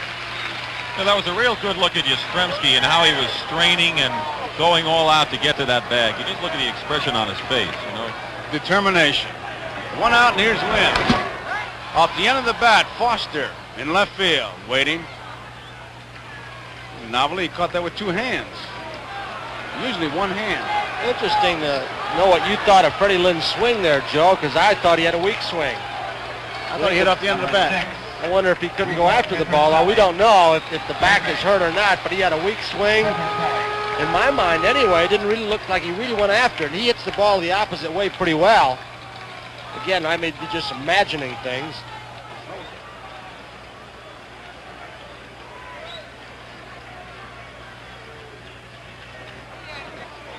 Fooled. Check swing. Nice bouncy ball to Concepcion. A force out. That ends the inning. At the end of 5, we're all tied up. Cincinnati 3 and Boston 3. 4-3.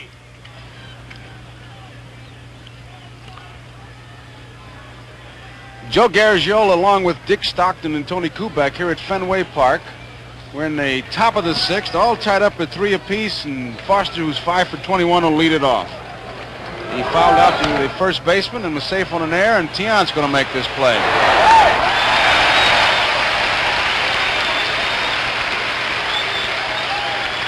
This is a ball that gives Louis a little bit of trouble. We've seen 2 balls roll directly over the pitcher's rubber because he falls off so toward the first base side, but that was not hit hard enough. He has a chance to recover.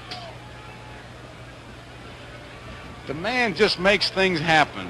A check swing. It was an exciting play. He bunts the ball in the air and he gets the job done. He just makes things happen.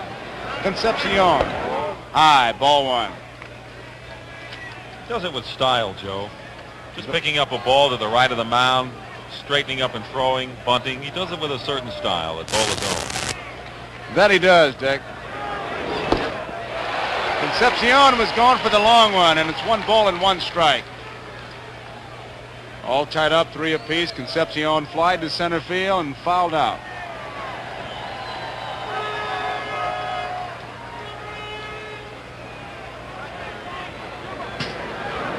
Ball 2. 2 balls and 1 strike. Got some action in both bullpens now. We're all tied up. We're in the 6th inning. Game number 6. Beautiful evening here. Right field. Evans goes back. He's there. The more you see Evans, the more you like him.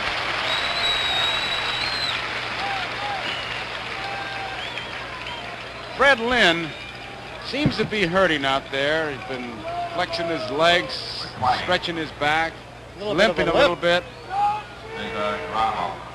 He really hit that ball hard. Here is Cesar Geronimo, struck out in the 3rd inning, flied to right field in the 5th.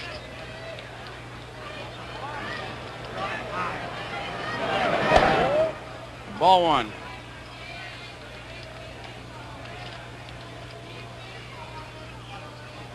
One of 11 National League players with a 5-hit game. Good fastball. You hear that big glove of Carlton Fisk just pop.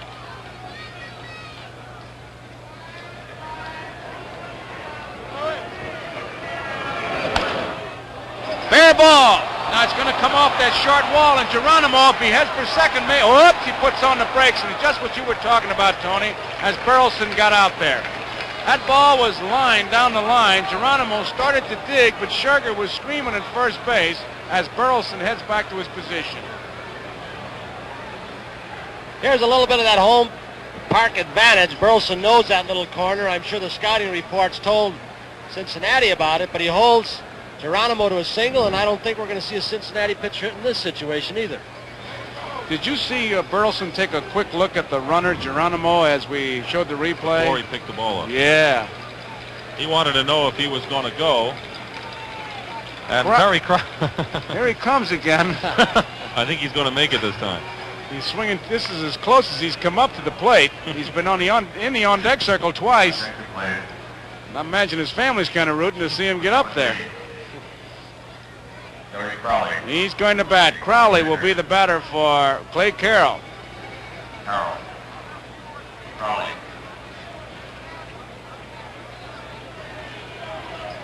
Crowley, 268 here.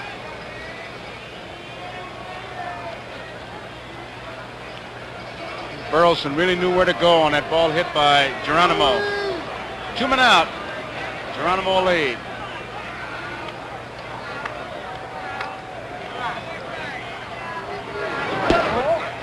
Low ball one, and Fisk holds it there, and Tian is surveying it.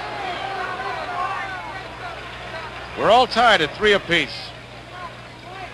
Talk about Tian doing things with style, even smokes cigars with style. He smokes them in the shower after games.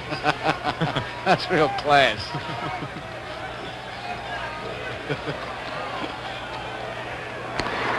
Geronimo is back easily. That was not Tian's good move.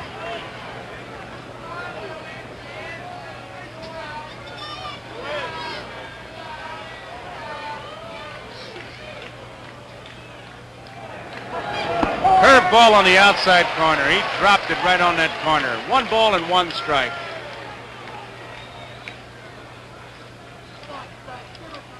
Luis Tian tied up at 3 apiece.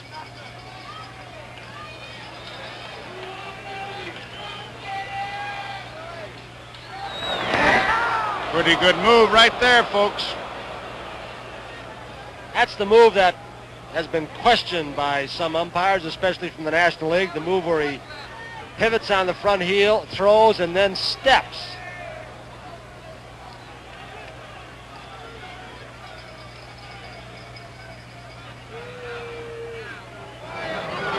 Fastball on the outside corner. 1 ball and 2 strikes. The effective thing about a move like that, even when you don't get your man, you cut him down about maybe a step and a half, and when you got arms like Lynn and Evans in center and right field, now you got a shot for him at third base. So it may not show up with immediate results, but it'll pay off in the course of a long season. Here's the 1-2 pitch by Tian to Crowley, a pinch hitter for Clay Carroll. Foul out of play. Joe, I've got to wonder again as I look out to Freddie Lynn between pitches how effective he's going to be chasing after anything in the alleys. He is trying to keep loose. That back is stiffening up, I'm sure. He is hurting, and you can almost see the pain on his face. Tony, would you think he would communicate this to his outfielders? He says, anything in a gap, just watch out for me. I may not be able to cover as much as I normally do. Boy, he's out there all by himself. They've got a long way to go to help him. That's right. Straight away, too. A lot of room in right and left center field. Off the handle, a 1-hopper to Burleson. He's going to go. Oh, nobody there. Burleson with a little mental lapse with a left-handed hitter up. Doyle was playing over in the hole toward first base. Rick came up wanting to go to second, but Doyle couldn't get there in time. And, of course, Geronimo, a good base runner with good speed, got a good jump off first base, and there's trouble for Boston. And That's a base hit for Crowley, and you talk about a wholesale base hit, man. That's one of those 89-cent jobs. Because that was a one-hopper off the handle. Burleson had an easy play, and all of a sudden he realized, but too late, that Doyle wasn't about to get there. He was protecting the hole between first and second, and now you got Pete Rose up there, who's been really hitting the ball hard. He is 2 for 3. These are the kind of mistakes, Joe, that you cannot make against a team like the Cincinnati Reds. It's like the Red Sox base running errors in some of the previous games that took them out of several runs that might have helped the cause earlier. That was a simple mistake, a boner. Oh, ball one. Now the infielder Burleson's got to hope that Tian will erase it for him. I tell you, I just didn't expect that kind of a play because these two ball clubs have been playing so well. They're just so sound with basics that you don't look for that kind of a mistake. All tied, 3 apiece. Out of play. And Joe, it's the kind of mistake you don't expect a guy like Burleson to make. He knows his limitations, his abilities. He knows he has to do the little things. I'm sure he's, well, obviously very unhappy with himself. Boy, the real test is coming back. Like, you know that's on his mind right now. Especially at that position, because you're in it almost every play around shortstop or second base, and the next pitch can be hit you very quickly. And he'll be up second next inning. So we'll see if it carries with him to the plate. He's got to erase it. 1-1 pitch to Pete Rose. Up the middle. One-hand grab. Steps on the bag. Makes the play. So Burleson comes back. Ends the inning. We go to the bottom half of the 6th inning. We're all tied up. 3 apiece. Pedro Barbon, the new pitcher. And hey, this Friday night, 2 hours from 8 to 10 p.m., the Bob Hope Quarter Century of Comedy. And you talk about having some guests. Frank Sinatra, Bing Crosby, Lucille Ball. I tell you, as you read it, Tony, it sounds just like a Hall of Fame. Who is this et cetera down there after Lucille Ball and Bing Crosby? Pedro Barbon, the 5th pitcher for Cincinnati. He's a power pitcher. He comes in just barreling the ball across, trying to throw strikes. Number 24. We'll find out who the et ceteras are, but 8 to 10 this Friday, I'll tell you, he's going to have some heavyweights. Sinatra, Lucille Ball, Bing Crosby, just to name a few. That's Friday night. Barbon against Evans. Evans doubled in the 4th inning. All tied.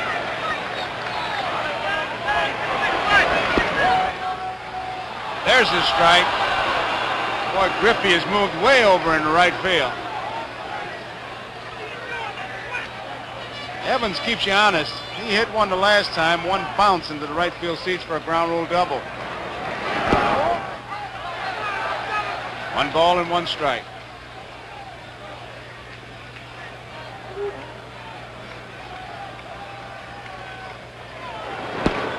Ball 2. You know, it's a great study of Evans, Dick. Does he talk to himself at the plate? Bill Lee says he does. Yes, he does. Come on, let's go. I can get this guy. You know, that's the kind of concentration he has. Everyone's different. You'd think that it bothers concentration, trying to listen to himself. You know, the only guy I can really remember talking to himself was Hank Sauer. He'd get on himself, Tony, when he would take a pitch, but to talk to yourself, I would think that it would bother your concentration, but apparently not. Hot shot. Nice play by Morgan. Evans is out, but he hit the ball right on the nose. Here is Burleson. 1 man out. Burleson was out. Perez unassisted in the 2nd inning, walked in the 4th. We're all tied at 3 apiece. You know, Joe, to see Barbon in there, he's the 5th pitcher. Sparky has used 3 in game 1, 4 pitches in game 2, 5 in the 3rd game, 4 in the 4th, 2, then 5. He has used his staff. Well, they call him Captain Hook, and there's pretty good reason. Sparky Anderson, what he's done is we look at Tiant in the on-deck circle. Sparky has made the complete game obsolete. And they said the off days would help Boston because of Tiant being able to come back. It's also helped Sparky's bullpen. Give them a little bit of rest. They've been worked hard in this series. 1 ball and 1 strike. Look how far away he is from the plate. 2 balls and a strike. If you never saw him before, you'd try to pitch Burleson away, but I imagine he keeps you honest by dumping him in the right field. 3 balls and a strike. Zimmer at third base, flashing his signs. He may let him take a pop at that wall. Sure he will with Tian up. He gets his pitch. Burley can hit it. Turn you loose with that pitcher foul. He was ready. Took it outside. Burleson draws a base on balls. That's the first walk given up by Bourbon. It's the 4th one. There goes Sparky. Getting a lot of TV exposure tonight as he has this entire series. Said he's not superstitious, but you can see him very gingerly. Well, let's see what he's going to do. Stayed away from touching that third base foul line. He hopped over it. He's got a reason for everything, and he's got a reason for that, as we've said. Superstitious, he said, but if it's going to help me... McEnany. He's got them all up there. Who do you think will be the next guy up? You name them, everybody but Gullen. Sparky might have gone out there to alert Bench and Bourbon that Johnson might put the switch on, let Louis go after it. Rose doesn't believe it. He's in close. Don't groove the pitch where he can handle it. There's a strike. Remember also earlier in this series, as we look at Burleson at first, they pulled a play where Perez charged, Morgan tried to sneak behind, and they almost caught a runner off. Bench saying, don't worry about him. Come to me. Low. I tell you, he's going to have to make Perez feel that ball because Rose is right in on top of him. They'll get Burleson at second base easily if he bunts it to third. He's charging hard.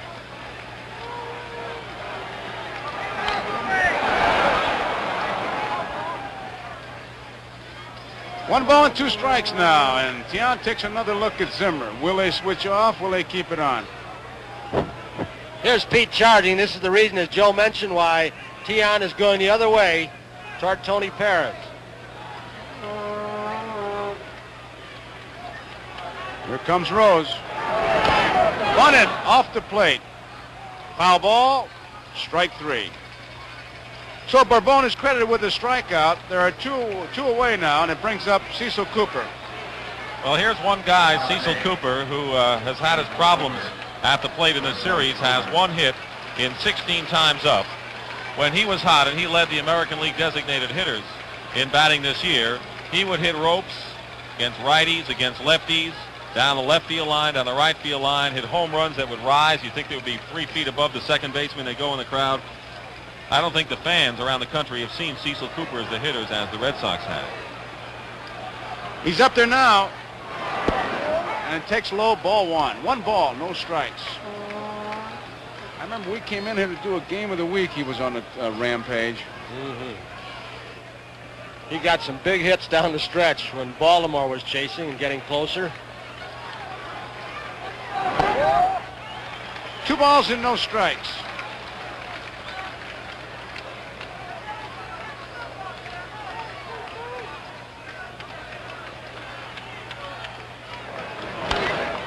That's out of play. 2 balls, 1 strike.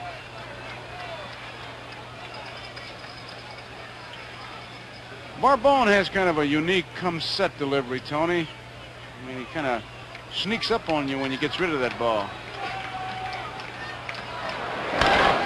Bouncing ball to Morgan, who's got it. Easy flip to Perez. And that's it. So we complete 6 innings here, all tied up 3 apiece. Good habit to get into. 12:30 Eastern time on Sunday afternoon. You tune in. Jack Buck will be there, and then it'll be football. Here's Griffey. Base hit. Right field. Griffey continues to hit a hot, swing a hot bat. Tell you, he's been something. Now the situation changes a little bit. With the game tied, that is when it was 3-0, because they'll start turning these base stealers loose now. Here's the ball going out to Dwight Evans in right. See, maybe hurries it a little bit, and that's a tribute to Griffey's speed, who didn't stop. But he rounded the first base bag. He showed plenty of respect for Evans' arm. Here is Morgan.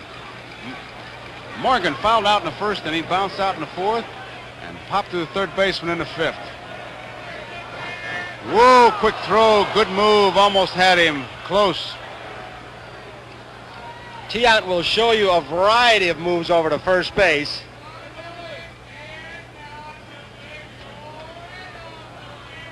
Griffey has to take a little bit of time here. He got himself picked off. Griffey steals his bases more on sheer speed than either Concepcion or Morgan.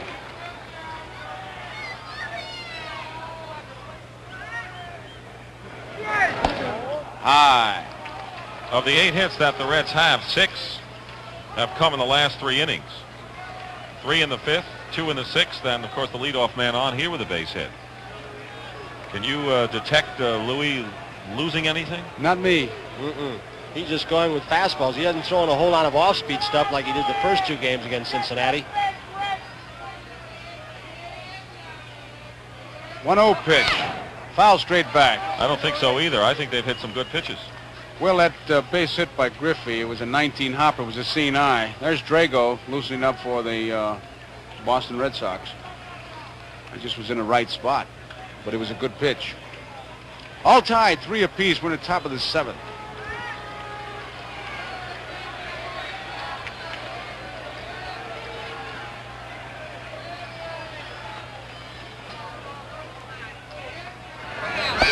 High.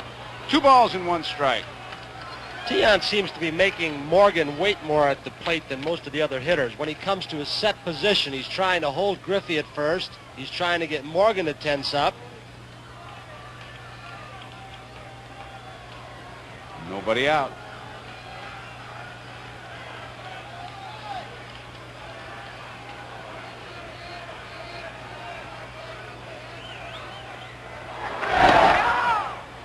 Griffey is back. Tiant's got 2 or 3 different moves at first base.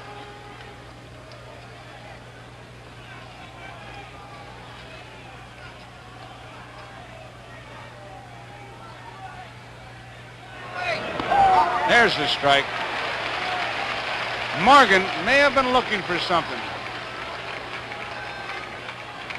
Kind of backing out of the batter's box now, just trying to figure it out. Taking inventory. 2 balls and 2 strikes, nobody out. Morgan wants the signs all over again. That's what the sign was to Alex Graham. Is start the series again. I missed something. You're going to start him. You're going to let me go after it. We said Joe doesn't like runners running until he's got 2 strikes, but he may have put the sign on that he wants Griffey on the move to open a hole up.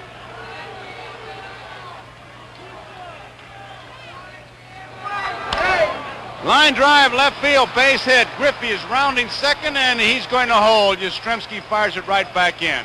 First and second, nobody out.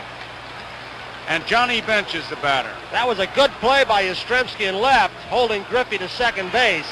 He was playing over toward left center field as Morgan is a strict pull hitter, and he had a long way to go down the left field line, and here comes DJ. Darrell Johnson making a walk towards the mound. Now, during the season and so far in this World Series, Darrell prefers to leave his starting pitchers in. He is not quick with the hook, to the opposite, actually, of Sparky Anderson. He said way back in spring training, I know what the man in there can do. I may not know what the man in the bullpen can do. That is why sometimes I stay with my man instead of going to the bullpen. And he's following that routine right here. And he'll do it even more with Tiant because he knows what he's been worth to this club, and he's the man that brings home the money. Drago continues to throw in the Red Sox bullpen. Tiant in a jam. Griffey is on at second base. Morgan is on at first base. Johnny Bench, who got a big 2-out single in the 5th to tie it up for the Cincinnati Reds. Petrocelli's even with the bag. Nobody out, all tied. 3 apiece.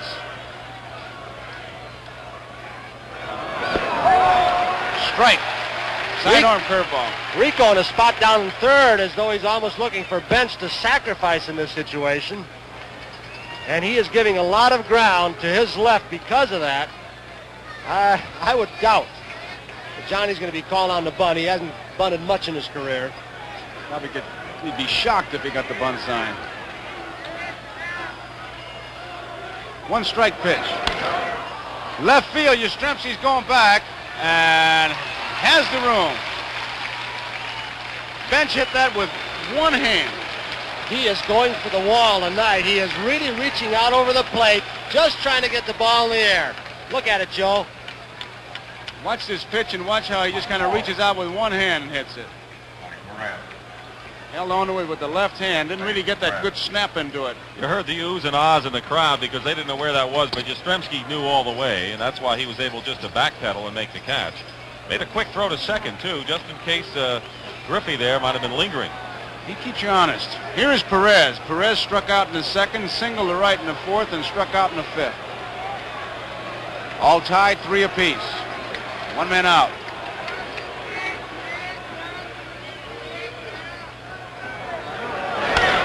Right field. Evans was there. Griffey tagging up. Here's the throw. It is cut off. So it's first and third, 2 outs, and George Foster is the batter. Foster, the guy who has given Tiant more trouble than anybody else on this Cincinnati ball club. Foster fouled to the first baseman in the second inning. He was safe on an error in the fourth inning and tapped back to Tiant in the sixth. Tonight he's 0 for 3, 5 for 22 in the series. Burleson wants to know where to play him. Where are you going to pitch him, Louie? I want to know, should I shade him in the hole? Should I move more up the middle? Depends upon if he's going to give him breaking stuff, keep the ball away, and now Fisk wants to get the same thing straight in his mind. He wants Burleson back. They're going to talk it over. Well, I think it's a double steal that they might be trying to defense against. They got two good base runners, especially at first base with Morgan and Griffey with good speed. And Fisk wants to make sure that Burleson and Tiant both that we're all together on what I'm going to do. Last time it was a double steal. He threw to the shortstop. Alex Grammas just went into the Cincinnati dugout. He's conferring with Sparky Anderson. He's out now. Whispered something to Griffey. So it'd surprise me, Dick and Joe, if Fisk threw the ball on to second base with that kind of speed on third base and Griffey. I'll tell you, if he does, it's going to have to beat Doyle, who doesn't have the stronger arm of Burleson and between Burleson and Doyle. Second and short are way off the back and deep. They're just going to give him second base if he wants it. Foster waits. There goes Martin. Foul back. Nobody covered. Nobody covered.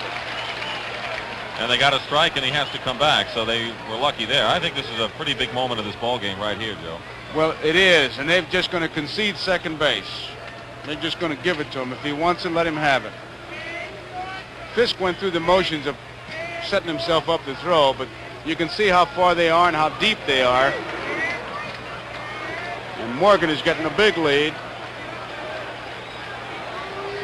Worry about one man, George Foster. That's who they're worried about. Now he wants to walk a while. Morgan appears to be ready to take off again at first base. And they're going to give it to him.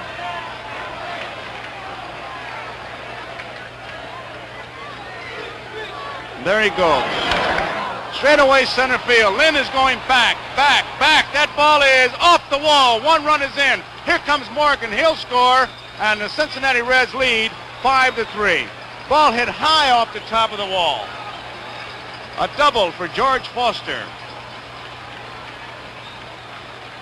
He has been one of the men, the key man who's been able to figure out Louis Tiant.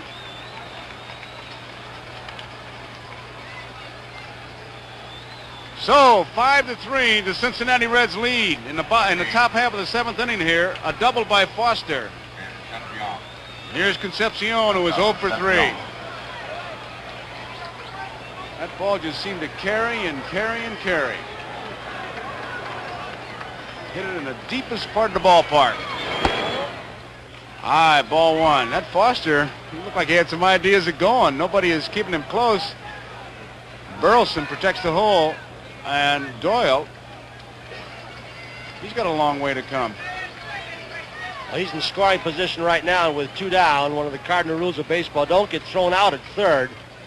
Give the man at the plate a chance to drive you in. But silence in this park. They're seeing Louis Tiant, the man who's been a hero all year long, hit for 5 runs by Cincinnati. High. 2 balls and no strikes. Foster keeps looking at Grammas like he wants permission to come over. A manager, at least the guys I played for, Tony, if you were 90% sure you could make it, they'll say, come on over. Just don't get thrown out because you are in scoring position, but obviously you're better off at third than you are at second. You better be sure you can make it before you start to make a move. Big lead. 2 balls and a strike. Tony, you mentioned the fact that Fenway Park is awfully silent. I think it has been silent ever since Freddie Lynn crashed into the center field wall and got hurt. On the plate, 2 runs scored. An out later, Bench got a hit to tie it up.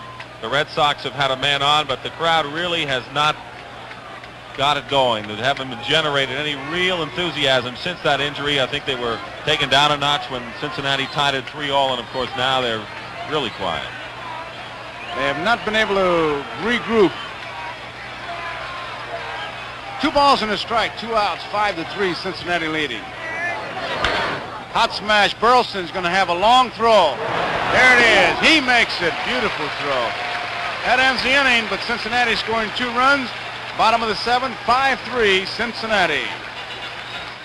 Bottom half of the 7th inning, Denny Doyle, Carl Yastrzemski, and Carlton Fisk will be the 3 batters for the Red Sox, trailing by 2. 5 runs, 10 hits, and no errors for Cincinnati. 3 runs, 6 hits, and 1 error for the Red Sox. Number 5. Doyle, 1 for 3. Morgan, in saying something to Bourbon. Bourbon is the 5th pitcher used by Sparky Anderson. Nolan, Norman, Billingham, Carroll, and Bourbon.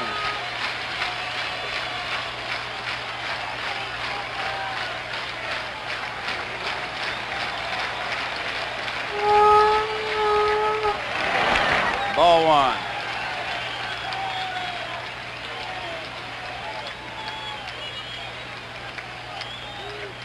Rose is in close at third. He's expecting a bunt. Or protecting against him. Hopped up. And Concepcion takes charge. Hit him right on the handle. 1 away, and here is Carl Yastrzemski. Yastrzemski singled in the 1st inning, scored on Fred Lynn's home run, a 3-run homer. Fisk singled right after Yastrzemski. And then Carl popped to third and to second in the 3rd and single to left in the 5th.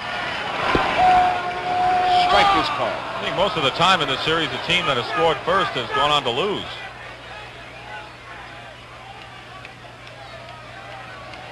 Red Sox jumped out with 3 big runs in that 1st inning on that 3-run homer. Reds tied it in the 5th with 3. That's low, and it's 1-1. 2 in the 7th, and that's the way we stand. Sparky continues to have his bullpen going. Morgan will have to hustle. He's got it. Balls are taking kind of funny bounces in that infield.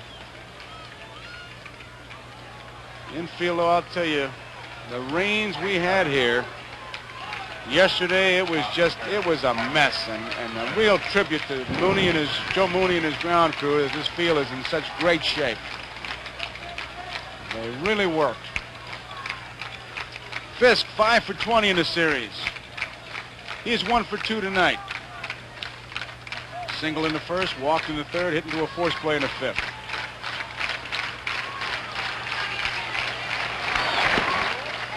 Bourbon really slings the ball outside, ball 1. One thing he's got to have on his mind right now is don't walk anybody, make him hit himself on. Don't get that tying run to the plate. It's about what Bench is doing too, Tony, putting down number 1 for fastball and throw me a strike. 1-1. That's one of Sparky Anderson's prime requisites for anybody out of his bullpen, and the 2 kids and the 2 veterans, Bourbon and Carroll, can do it. That is throw strikes. Bouncing ball, Concepcion, 1-hand grab. So it's a 1-2-3 inning for the Red Sox. So at the end of 7, it's Cincinnati 5, Boston 3.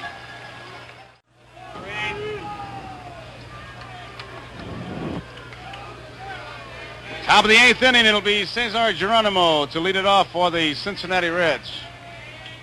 We may see a pitcher actually come to bat for the Reds tonight, Joe. Dick, I was just looking down there to see who was going to be there, and I saw Bourbon. I had to double check there because that's really been what's been happening with the pinch hitters. Well hit right field. That ball, if it's fair, she's gone. It is a fair ball. Home run for Geronimo. Geronimo, a fair ball, a home run right down that right field line. And it's a 6-3 ball game. That's his second home run of this series. And on the first pitch in the 8th inning, here comes Darrell Johnson. First pitch, Geronimo, a home run. And Cincinnati getting a little bit closer to a World Championship as Darrell Johnson makes the call to his bullpen, a left-hander Moret. The Reds just 6 outs away. Their last World Championship was in 1940. Tony, I gotta believe when Tiant walks off, the picture will say it all. No question. Here comes Moret, and there goes Tiant.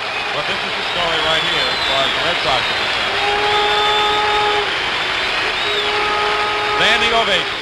Well-deserved for Louis Tiant. He has been a great pitcher through clutch situations in September Championship Series. 2 complete game victories. First 2 since 1971, and Steve Blass, a local hero.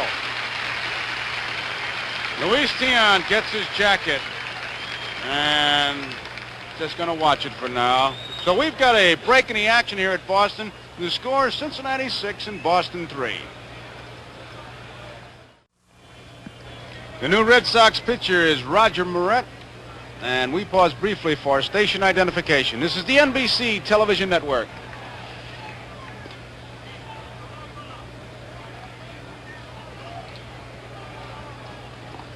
Well, there he is, Dick. What can you tell us about him?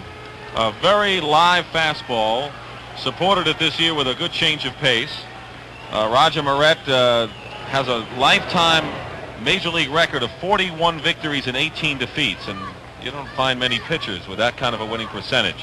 A lot of people have criticized, hasn't been a starting pitcher the last 2 seasons, but then mid-season becomes a starting pitcher. He does nothing but win for you. Very fine fastball, as we saw the other night when he struck out Merv Rettenmund right before Morgan got the game-winning hit, and balances out well with a let-up hit. First pitch to Bourbon is tapped foul. That's right, he came in that real tough situation, and he just came right at the Cincinnati Reds. He pitched to the 3rd of an inning in the 3rd game. The Red Sox fans are not going to get today what they came to see. Moret might hold him, but if Boston doesn't come back, it's going to be anticlimactic. They came to see Tiant, Red Sox fans, that is. Cincinnati fans have got to be a little thrilled right now. They may see a World Championship, the first since 1940, brought back to Cincinnati. Bourbon, strike 2. Moret threw the fastball right by him. 6-3, Cincinnati leading. We're in the top of the 8th. A home run by Geronimo is added to the lead. Bouncing ball. Whoops, takes a tricky hop. Cecil Cooper, nice play. That ball hit right at the edge of the grass and seemed to die. Good play by Cooper. Here's Cooper, hit the edge of the grass. Pitcher running, he knows he's got plenty of time. He takes it himself. Joe and Dick, we've seen and heard or been in ballparks where there have been eerie feelings. This is one of those times. Since Freddie Lynn hit the wall, and you mentioned it before, Dick, the crowd has just changed so completely. Of course, the Cincinnati runs had something to do with that, too, and a big hit by Griffey. There's a foul ball out of play. But even Tiant walking off the mound, although he had some people standing, wasn't as big an ovation as I thought I would hear for Louis Tiant, who's done so well. That's a good point, Tony. He did get a standing ovation, but perhaps not as loud and prolonged as you might expect under that circumstance. I think the fans are still thinking of Lynn and thinking of the runs and the fact that their club is losing. Let's face it. It's 6-3 and we're in the 8th inning. And the time is running out. Sand is moving down that hourglass in a hurry for him. 1-1 to count on Pete Rose.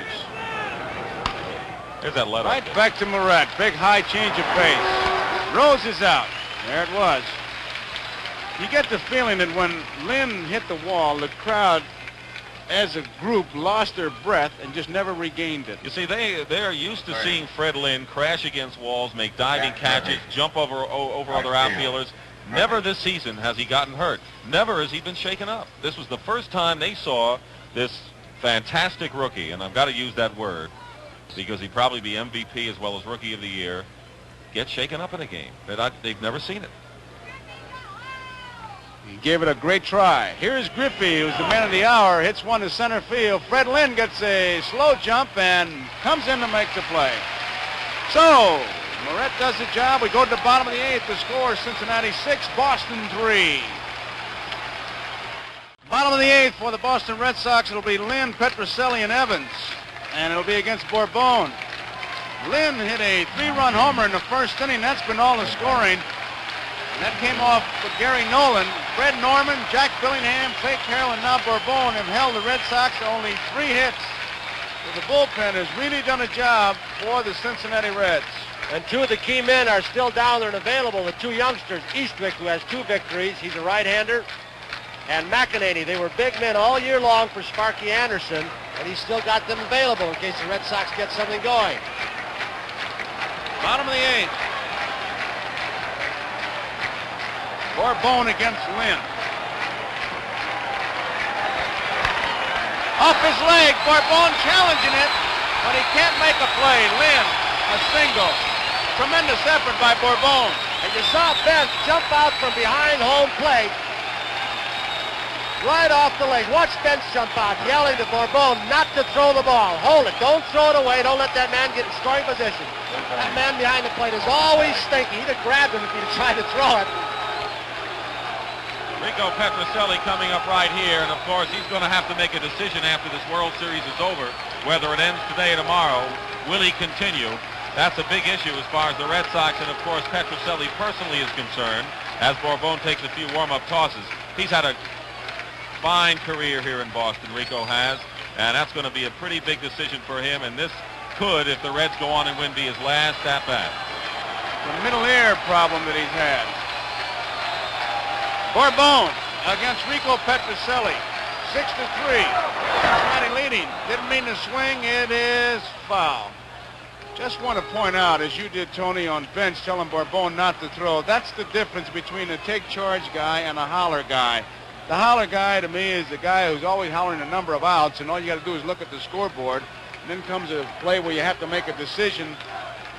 He gets lockjaw. Bench, he just told Bourbon, hold it, don't throw it away, keep that double play in order. He has shown a kind of agility behind home plate in this series that you rarely have ever seen. 1 ball and 1 strike. Bourbon gives up his first hit. Cincinnati bullpen has come out and they've done the job so far. Out of play. 1 ball, 2 strikes. There you see Raleigh Eastwick, McEnany. They've used 1, 2, 3, 4, 5 pitchers and still have those 2 young fellas, and Gullett well rested. 2 balls and 2 strikes. It's been kind of a sore spot with Sparky Anderson, Joe and Dick, when people have said down through the years that the ball club cannot win the big ones. He's gotten very irritated with those statements by a lot of people. I don't blame him because, Tony, you played on championship clubs. I know, Joe, you did. To get there, you've had to win a lot of big ones. It's been a well-managed series in both dugouts, Sparky Anderson and Darrell Johnson. Now it's a 3-2 pitch. That's out of play. Good fastball. Petrocelli tried to check his swing. 6-3, Cincinnati leading. Bottom of the 8th.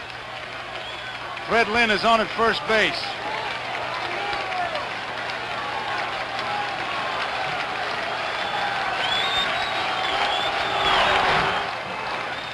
Stays alive.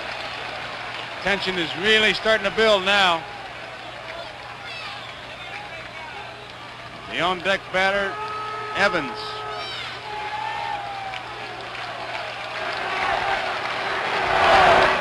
High. Bourbon walks him. High run at the plate right now. Evans, who's been a big hitter for Boston, is coming to the plate. Here comes Sparky. And of course, we all remember Game 3 of the series when the Reds had a 5-1 lead, and the Red Sox refused to give up, as the Reds did not give up in Game 2. And he's already signaled for Raleigh Eastwick.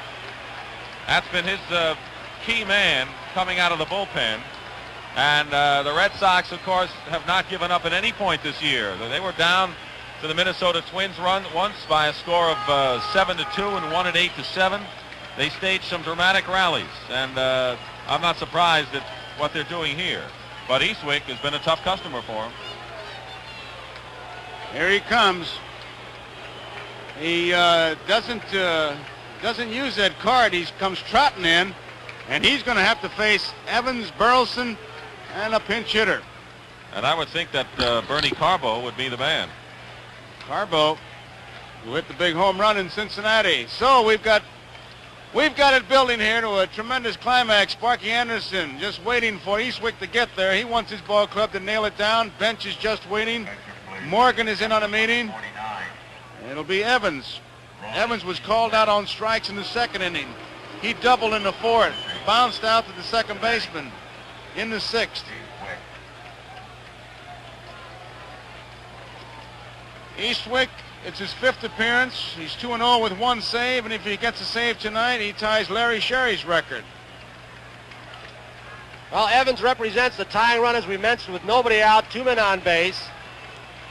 If this lead is maintained by Cincinnati, if Eastwick holds them, the series will be over. The Cincinnati Reds will be world's champions, the first time since 1940. One other time, 1919, they were world's champions. They waited a long time. However, if Boston comes back, they take this ball game. We'll see you here again tomorrow night, same time, preceded by Joe Garagiola and his Baseball World, and he'll come up with something we know. Keep in mind this matchup, Eastwick and Evans.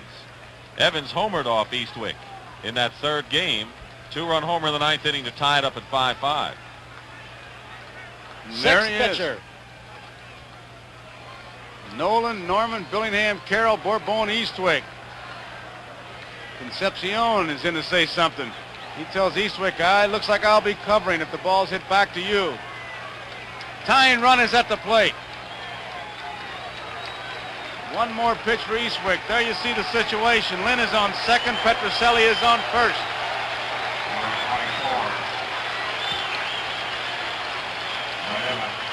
7 for 20. The hot man.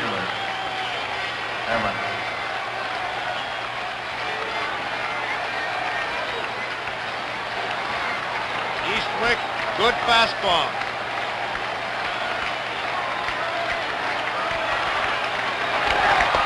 High and tight, ball one.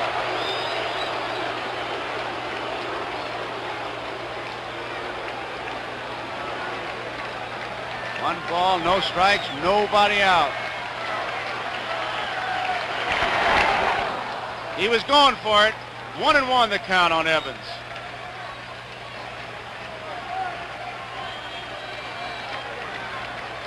There you see him, Lynn at second, Petroselli at first.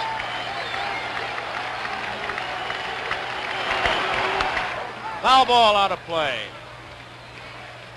1 ball, 2 strikes. Raleigh Eastwick. What a job he has done for Sparky Anderson this year.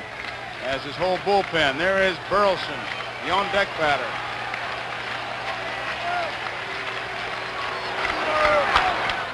Coming straight back, it'll be out of play.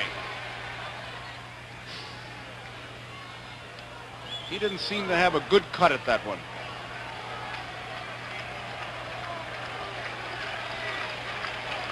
Six to 3, Cincinnati leading. We're in the bottom of the 8th. Tying run is at the plate.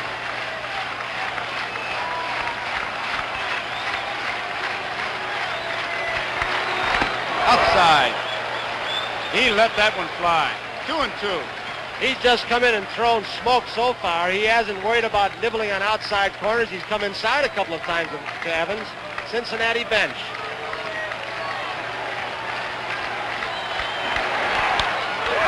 Foul ball. He got that ball in. Evans gave it a tomahawk. I'll tell you about the tension as you look at the Red Sox manager Darrell Johnson. Bourbon is still seated on the Cincinnati bench.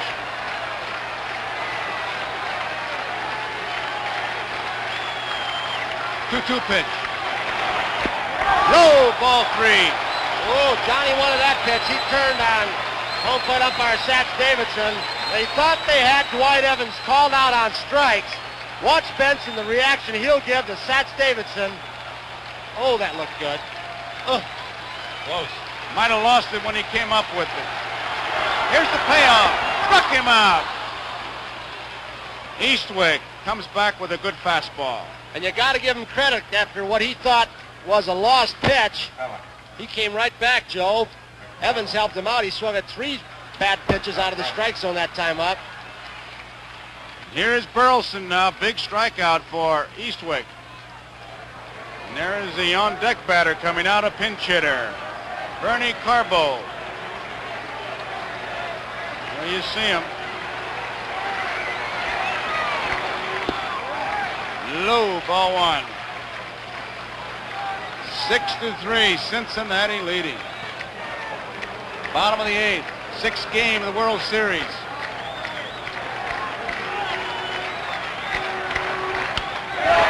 Left field, Foster is there. Makes the play. 2 outs. Now it's Bernie Carbo. Carbo hit the first pitch in Cincinnati as a pinch hitter in Game 3 and hit it over the left field wall.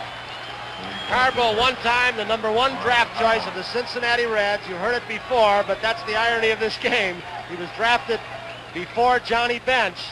Here comes Morgan. He wants to know how Eastwick is going to pitch him. Well, Carbo's a good inside-out swinger, and most teams this year try to pitch him well inside. They try to jam Carbo.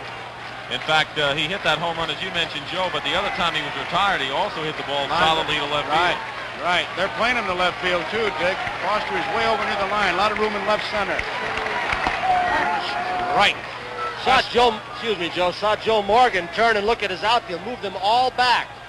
Anything hit among them or between them, he wants that man at the plate kept out of scoring position. That's the important guy. He's a tying run. 2 outs. Inside, misses, 1-1. Single by Lynn opened the 8th inning. A walk to Petrocelli. Sparky Anderson went to his bullpen again. Eastwick got Evans on strikes and Burleson on a fly ball. 1-1 count on Bernie Carbo. Ball 2. Trying to keep that ball inside. Lynn at second. Petrocelli's at first.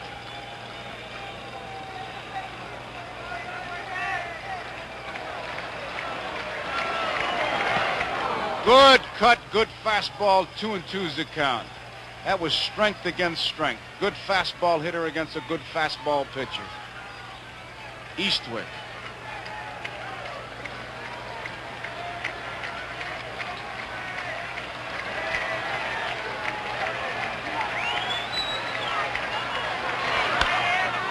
Out of play.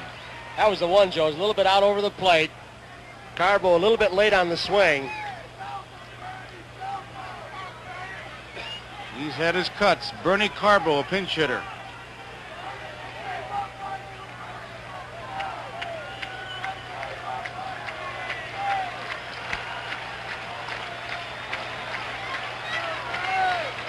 Two-two pitch. Just did get a piece of it to stay alive. You talk about fighting off a good pitch. Looked like he hit that out of the catcher's glove. He did. Ball was down low. He did fight it off. Just got a piece of it. Just protecting the plate. That's the kind, boy, if you get a foul ball, you're really happy you did your job. Deep center field, way back, way back. We're tied up.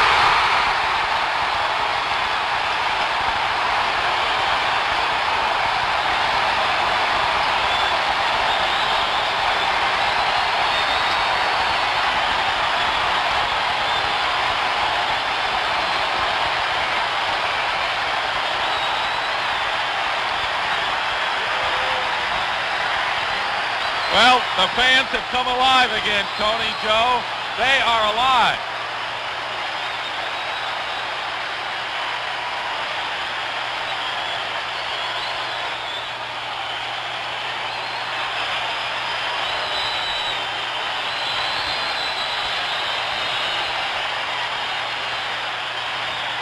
What a study of a manager, Darrell Johnson, and what a study of fans. And what a study of a bench. There he is, Bernie Carbo. 2 base hits, 2 home runs.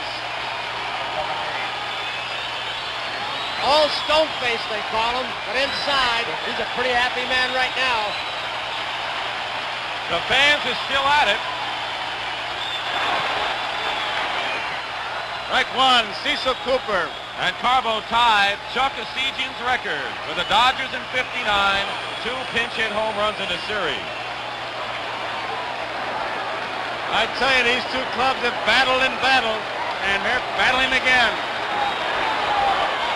Foul straight back. Boston jumped out to a 3-run lead in the bottom of the first. Cincinnati tied it with 3 in the 5th. Cincinnati 2 in the 7th, 1 in the 8th. Red Sox tied it with 3 in the bottom of the 8th. And we're all tied at 6 apiece. And that ends the inning, but at the end of 8, Cincinnati 6, Boston 6. Listen to that crowd.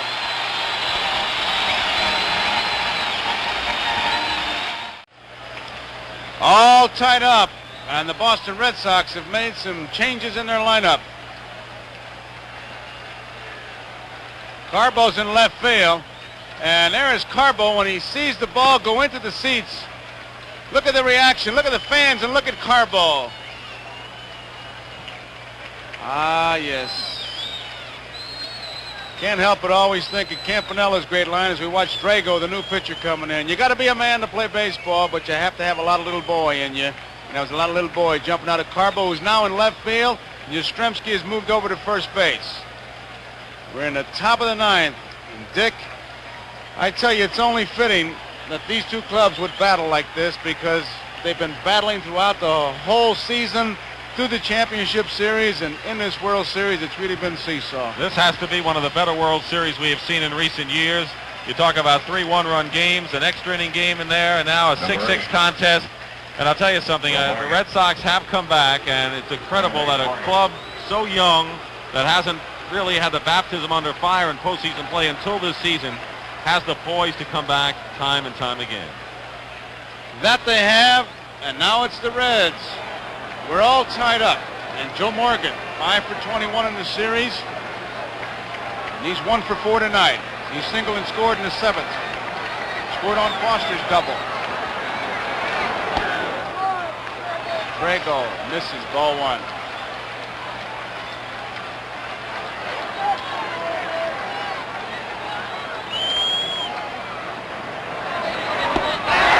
One and 1. Drago will come right in, no secrets or tricks. He'll challenge you with the heat, the fastball. He led the club in saves this year. This is his 2nd appearance. He was a loser in game 2. Good live fastball, as you heard Dick Stockton mention. Strike 2.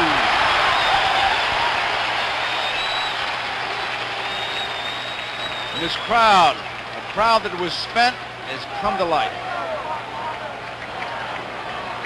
3-run homer by Bernie Carbo has tied it up. High, 2-2. Joe Morgan, the man who kicks the big red machine into gear, according to Pete Rose.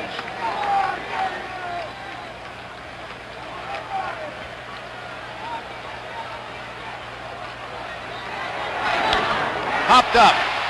Yastrzemski taking charge. Next to play. Called a fair ball by first base umpire Art Franz. 1 away. Here is Johnny Bench. Bench was out on strikes in the 1st, out on strikes in the 4th, and then got a big 2-out RBI single in the 5th that tied it up and lined hard to left in the 7th. Hit it with one hand.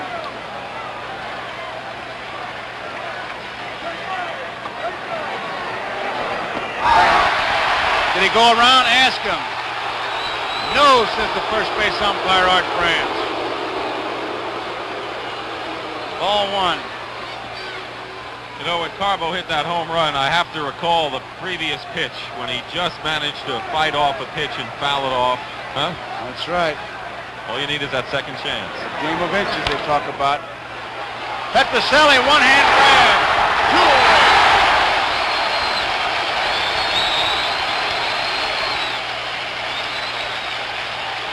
All right, Petrocelli guarding the line, going to his left.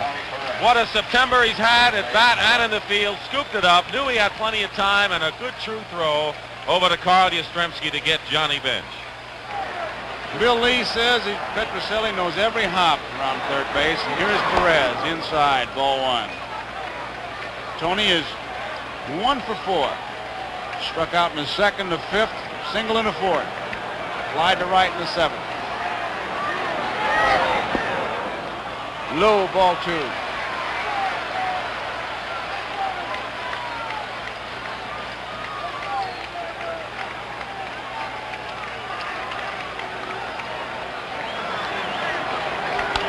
Off the handle, may be playable. Yastrzemski in foul territory makes the play. 3 up, 3 down. We go to the bottom of the ninth. All tied. Cincinnati 6, Boston 6. Oh boy. Picture tells the story, and the sound too. Big red machine has power failure, says the sign. It'll be Doyle, Yastrzemski, and Fisk in the bottom of the ninth. Red Lynn. It's the meat of the lineup for Raleigh Eastwick. And of course, Joe, Sparky Anderson, as he has throughout the series, using a lot of pitchers, getting the hook out early. You get into an extra inning battle, and you've used just about everyone. He has McEnany, who hasn't appeared, but he doesn't have many more. High, ball 1.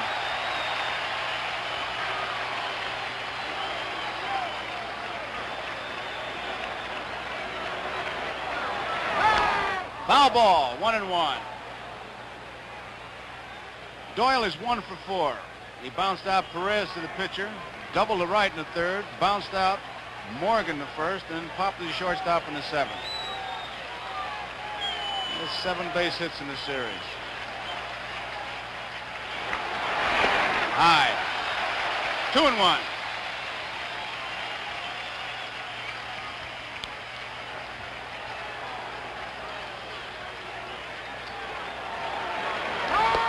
All 3. Down Zimmer. He's hollering. Take a look. See that little finger moving? Does that mean something? Who knows? Here it comes. All 4. Johnny Bench wanted that one. A little bit of confusion, but it was ball 4. Now what do you do, Dick? Well, Joe, man on first, nobody out. You want to get him to second. However, Carl Yastrzemski, I believe, has not sacrificed at all in 1975. Well, here we got some more drama then. Will he bunt? Will he ask him to bunt? If he does, it'll be the first time. Darrell likes him to hit away. So this will be interesting. Here it comes. He squares around. Fouls it off. He's got to get a run. Yastrzemski, 7 for 22 in the series. Has not bunted all year, says Dick Stockton, who broadcast the Red Sox games. He's beaten out some on a drag bunt situation, but nothing in a sacrifice. Foul ball as he switched off. Strike 2. Doyle returns to first. You can see the determination, the tension as you look at Yastrzemski. Eastwick. Bottom of the ninth.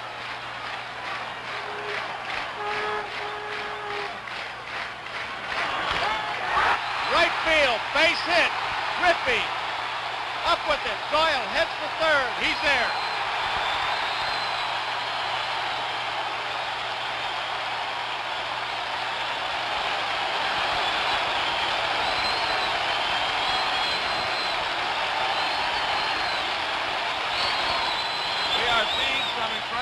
In World Series play.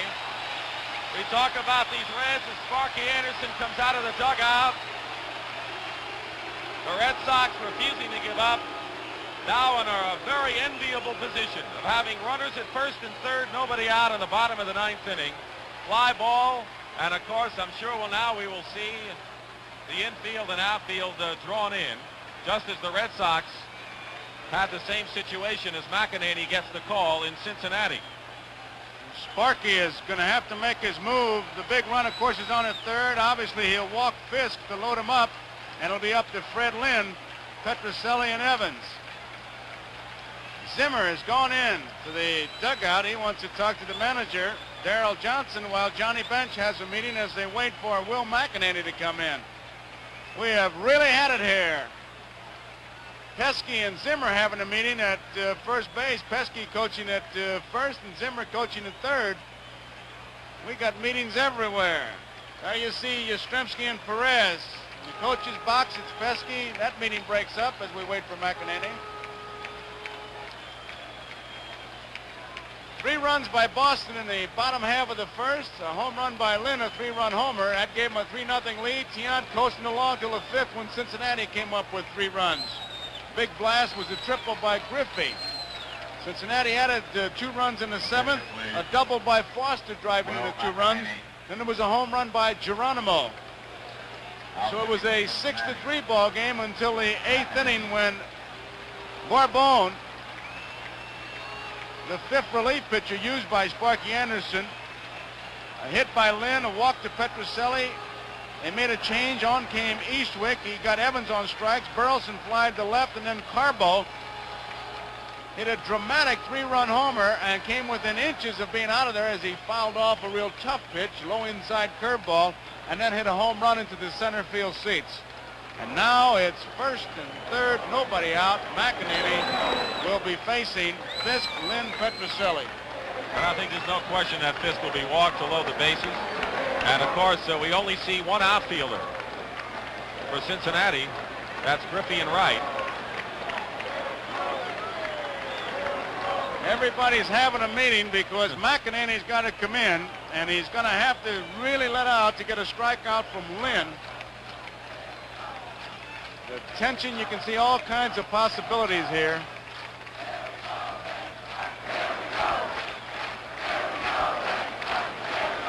There you see the Reds bench. Sparky Anderson, George Scherger, Darrell Johnson, Eddie Poposky. Foster and Geronimo were conferring in left center field. This crowd is turned on, no question about it. Fisk the batter, and they're going to walk him. McEnany making his 4th series appearance, no record, 4 2/3 innings, 2 runs, 3 hits, and he has struck out the 5 batters. And he'll need a strikeout of Fred Lynn, Joe. He's got to go get it. He's got to let out, so it'll be a battle, a good hitter against a good pitcher. And how much tighter a spot, how much hotter a seat can you want than the bottom of the 9th with the bases loaded, nobody out?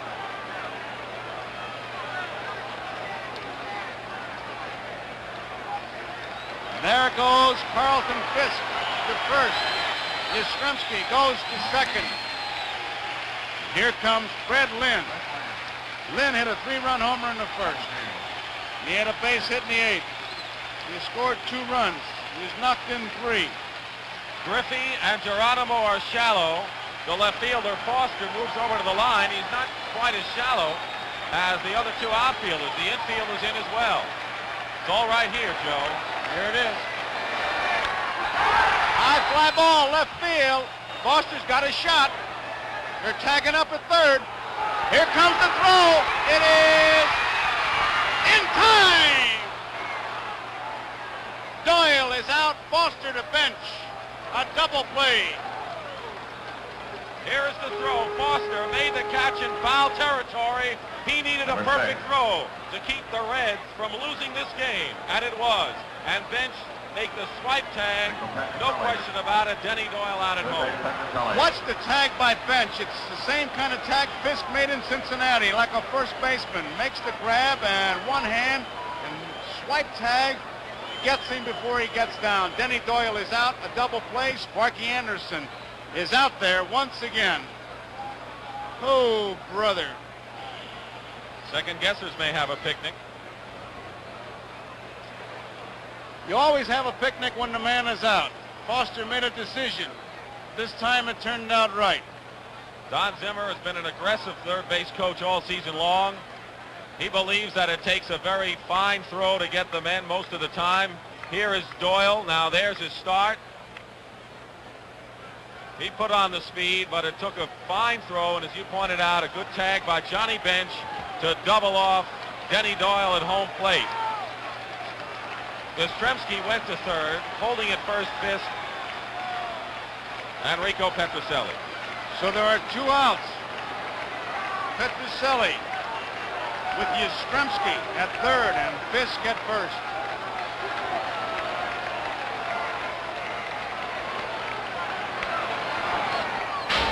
Foul ball, strike 1.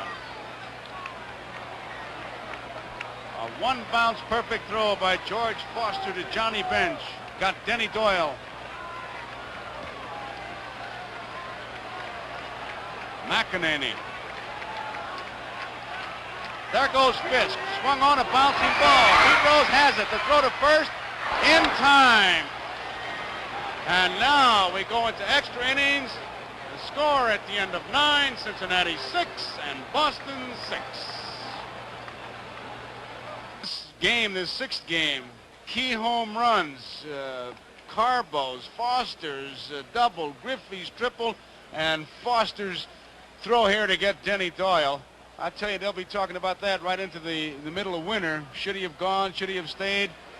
At any rate, a tremendous, tremendous ball game, a brand new ball game. This crowd has been up and down like a yo-yo all night long, just playing on the emotions. We go to the top of the 10th. 6-6 Drago is the pitcher. He'll be facing Foster, Concepcion, and Geronimo. And to tell you about it, here is Dick Stockton. Thank you, Joe. And the crowd a bit more subdued now. When you have the bases loaded, nobody out, I think most of the Red Sox fans here, maybe some of the Cincinnati fans as well, felt that this was going to be it. And of course, I can see Don Zimmer's point. Foster's going near the line, and he knows he's got the wall there, makes the one-handed catch. He's a perfect throw. On the other hand, you could say, well, you don't send him. It's 1 out, bases loaded. Fly ball can get him in. That's what's great about baseball. You know, you have differences of opinion. This was a very dramatic moment, though, for a very key play. George Foster, who doubled home the 2 runs that put the Reds in front in the 7th inning, will lead it off here in the 10th against Drago, who retired the Reds in order in the 9th, and Foster, as he has done all series long, steps out of the box.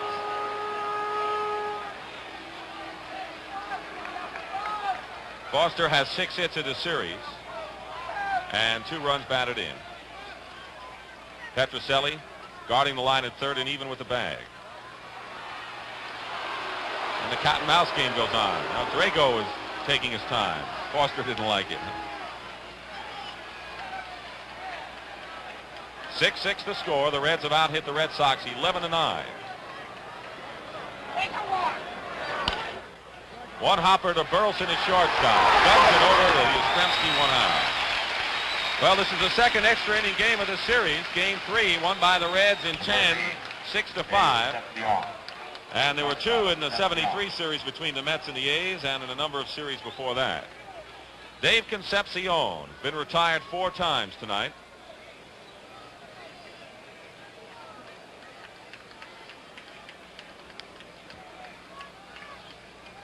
As we've mentioned so many times, you can never take the bottom third of the Cincinnati order lightly. They have power and speed as well as just as the top half does.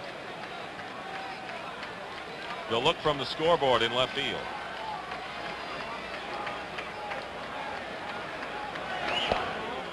Gray goes high with that pitch.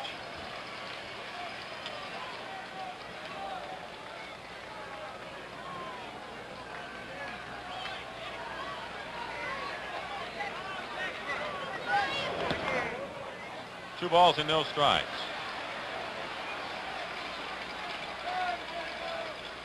From the month of June or July until late August, Jim Willoughby was the top right-hander out of the bullpen for the Red Sox. He was acquired from the Cardinals' Tulsa farm. And then Willoughby had his problems, had a little stiffness, and Drago really came on in last month. He was superb. In fact, underrated. Might have been the best relief pitcher in the American League the last month. He's high with that fastball, and he's behind Concepcion. 3 balls, no strikes. Jim Burton, left-hander, is heating up in the Red Sox bullpen.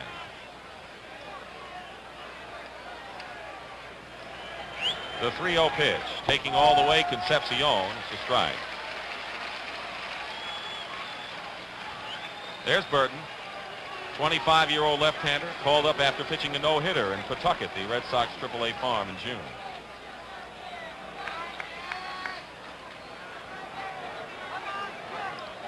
The 3-1 to Concepcion, and a base hit up the middle. That's the 12th hit of the game for the Reds against Boston pitching.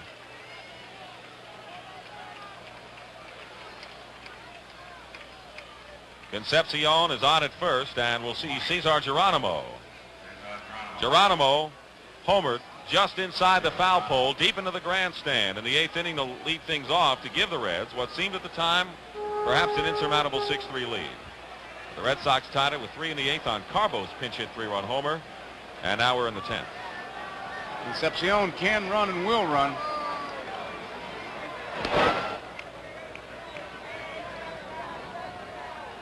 The pitcher spot is on is next, and McEnany now with the jacket is on the top step of the dugout. 1 out, Concepcion at first. We're in the top of the 10th inning, and Drago goes over to Yastrzemski again. Remember in game 2, Concepcion came through with the base hit and then stole second and scored on Griffey's double. So you got to watch him, and Drago is doing exactly that.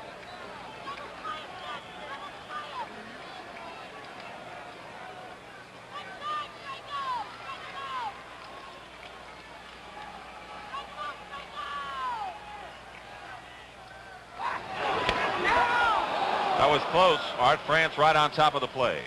Concepcion has been digging like almost a place to put his feet once he gets out and gets his lead. Watch him get out there. He's pawing much like a nervous racehorse. There he goes. Drago has not yet pitched to the batter, Geronimo. Here's his first pitch to Cesar, a fastball for a strike. Drago, the 3rd Red Sox pitcher. Louis Tiant worked 7 innings plus, allowed 6 runs on 11 hits.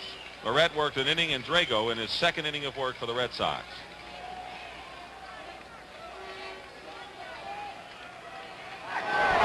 Diving back and losing his helmet, Concepcion.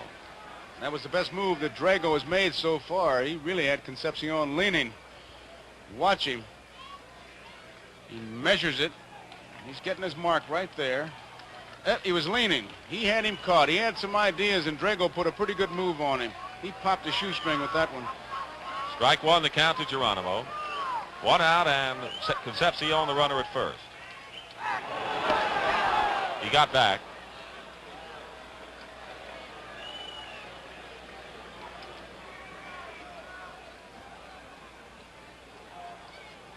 Talked about the crowd being up and down like a yo-yo. Well, they're really subdued right now.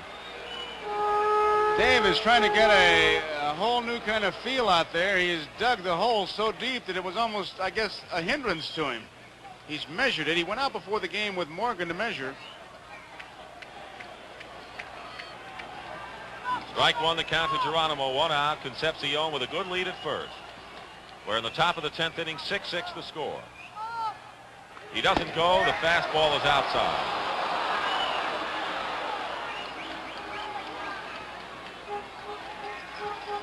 In his last 3 seasons, Concepcion has been successful in about 85% of his stolen base attempts.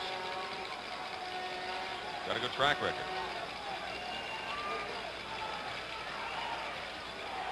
One and 1 to Geronimo.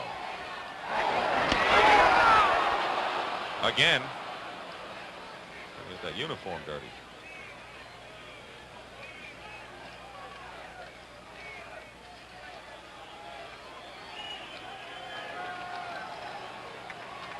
Yastrzemski holding the runner. 6-6 the score, 10th inning. There goes the runner. Swung on and missed. The throw is high. Missed the tag. Well, Burleson tried to swipe a tag, and in with a stolen base is Geronimo. He got a good jump, and it's a straight steal, although he keeps looking back to see look like what Geronimo is going to do. Concepcion, the throw was high. He just didn't get him. Let's watch Fisk now. He had a good ball to handle. The throw is just simply high, and he slides under the tag. The ball was there ahead of the runner. Concepcion now 3 for 3 in stolen base attempts, and he's made them all, of course, in this series. And the lead run is in scoring position. The count is 1-2 to Geronimo, who has 2 hits, a single, and a home run tonight in 4 times up. On deck, the pitcher spot. McEnany with his jacket on in the on-deck circle. Here's the 1-2 pitch. Gets a piece of it, fouls it back. That was quite a battle with Concepcion. He had to work for that stolen base. He worked very hard. And Fisk, his throw, he had a good ball to handle, was high, and he just slid under the tag. The Reds also like to steal third, and Concepcion has been the man who has stolen third more than any other player on the Reds team this year. So we'll watch him. 1-2 the count. Geronimo the batter. Again gets a piece of it.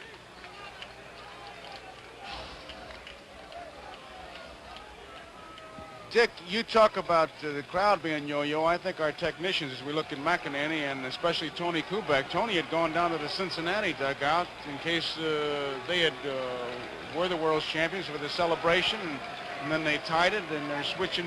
I guess they're right behind home plate now, waiting to see what's going to happen. 1 ball, 2 strikes. Geronimo has been up for quite a while. A lot of tosses to first. 2-2 now.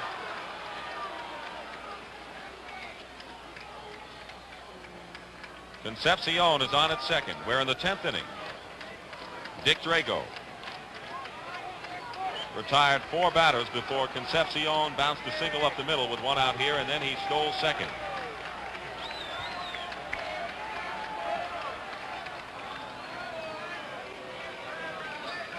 And time is called.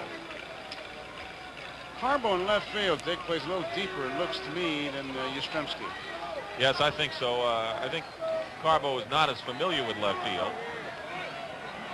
He played most of the year when he was in the lineup in right field this year. 2 balls, 2 strikes.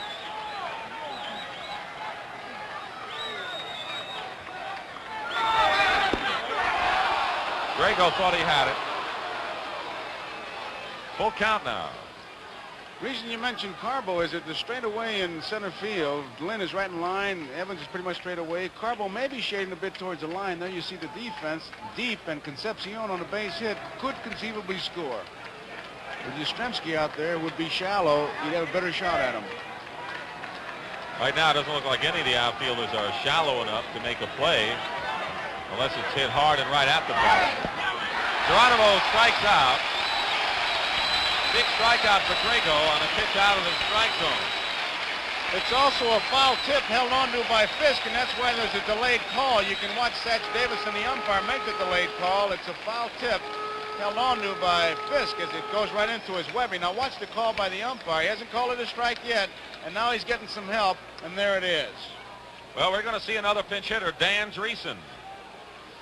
Darrell Johnson is coming out to talk to Drago as Dreesen comes out of the Cincinnati dugout. Johnson makes his walk towards the mound.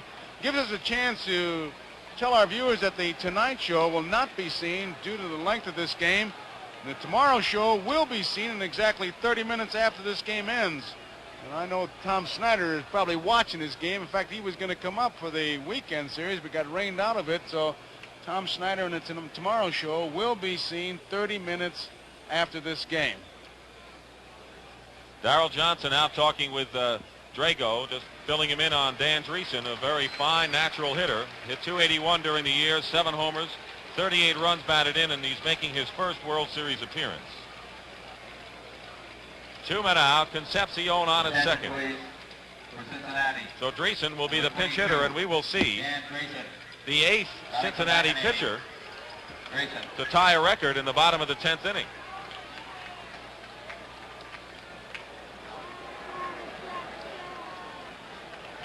And that would make 11 in the game. Red Sox using 3, and that would tie a record. So here's Dreesen with 2 out and Concepcion at second. Dreesen's a good hitter. 2 out, 6-6 tie. We're in the top of the 10th inning. Dick Drago on the mound for Boston. Fastball on the outside corner. 4 pinch hitters. for the Reds tonight. Armbruster walked, and an infield hit by Crowley. Shaney fly to left. 1 strike to count.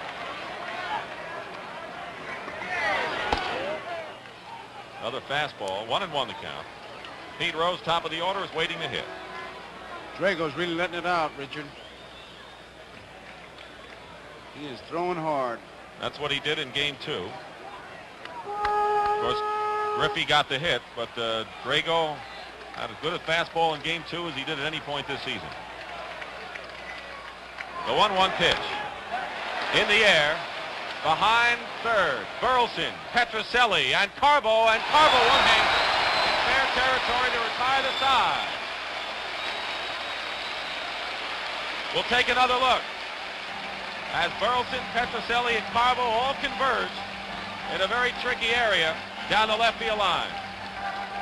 Carbo, everybody gets there. Looked like the fans were going to make the play, and he almost overran that ball, had to reach back.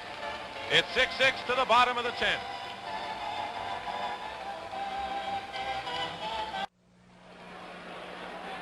Here's the end of the play again. The pop fly hit by Dreesen.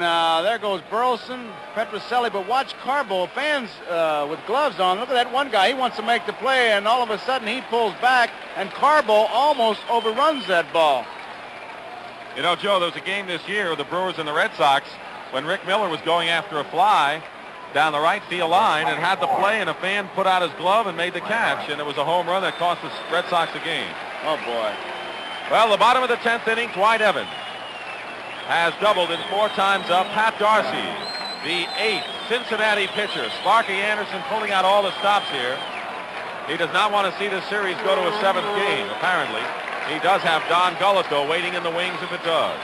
So Pat Darcy, the new pitcher, and Evans fouls off the first pitch.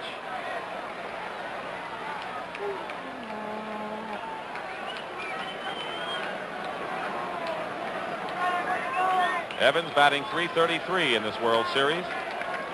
Has 4 runs batted in, a homer, a double, and a triple. Missed the fastball, 2 strikes.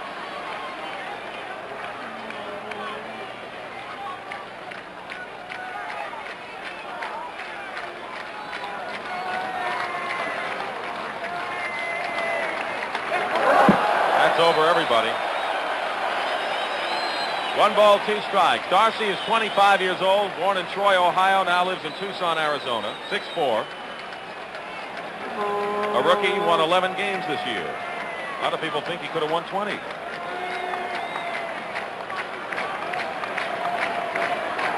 That's low. 2-2 to Evans. He'll be followed by Rick Burleson and Bernie Carbo.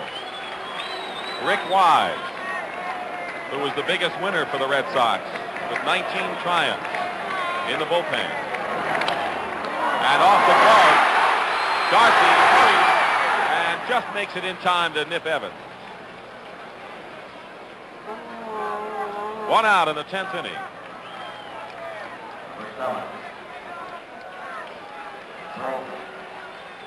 Take a look at it, how Darcy stays with it, and he had to make a pretty good throw. Evans hustling all the way. Sometimes a pitcher will pick it up and for some reason throw a change of pace that way. Just doesn't get enough on it. Rick Burleson has walked twice tonight. He's been up 4 times. 1 out, 10th inning. 6-6 game. Ball 1. Red Sox got 3 in the first on Fred Lynn's 3-run homer, and there's Bernie Carbo, who tied it with a 3-run homer in the 8th in a pinch hitting role. In between, the Reds got 3 in the 5th, 2 in the 7th, a run in the 8th.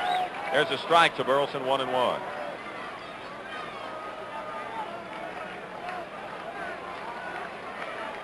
"21 hits in this game, 12 by the Reds, 9 by Boston. The breaking ball is outside, 2-1 to Burleson. Pat Darcy, the 8th Cincinnati pitcher, and the Red Sox having used 3, and that ties a record. 11 pitchers in the series game. Pops it up. Concepcion will handle this one. 2 down. Well, here's Carbo, and let's listen to the crowd.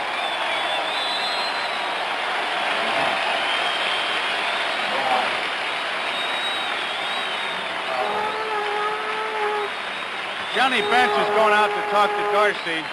It's quite a story. Carbo played for Sparky Anderson, and when we were in Cincinnati, there was a story that Carbo sought out Anderson because when he was playing for him, he thought that Sparky was picking on him and that he was riding him too hard. And Sparky said, someday you're going to thank me for it. And Carbo sought him out during his World Series to say, I thank you for what you did. I was wrong. You made me a better player. And tonight, it really comes home. Tied Chuck Esesian's record, 2 pinch hit homers in a series. Takes a big cut, misses. 2 down, nobody on, last of the 10th inning. Looking ahead to the Cincinnati 11th, it'll be the top of the order, Rose, Griffey, and Morgan against Dick Drago. Strike 1 to Carbo. Took something off that pitch, 0-2.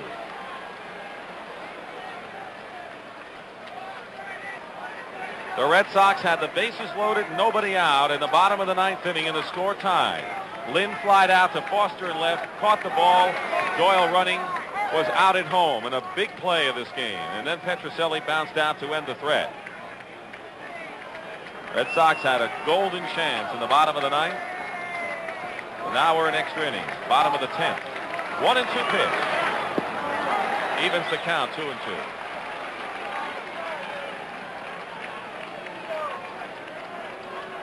On deck, the pitcher, Dick Drago.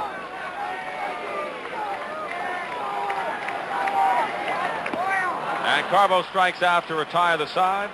Good inning by Darcy. We have completed 10 innings. Score 6-6, and right now we pause for station identification.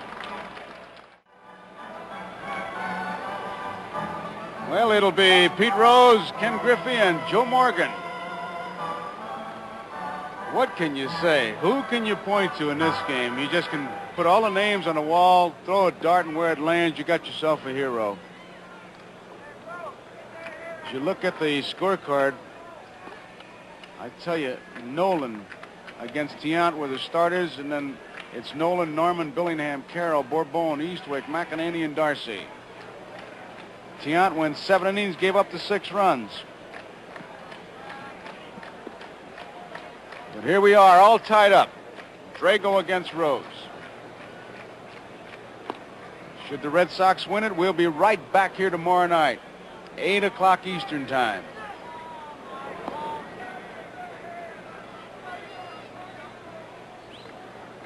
I think fans have gotten everything they could expect out of this World Series, Joe. I don't know what else. I don't know what you could write into it, Dick.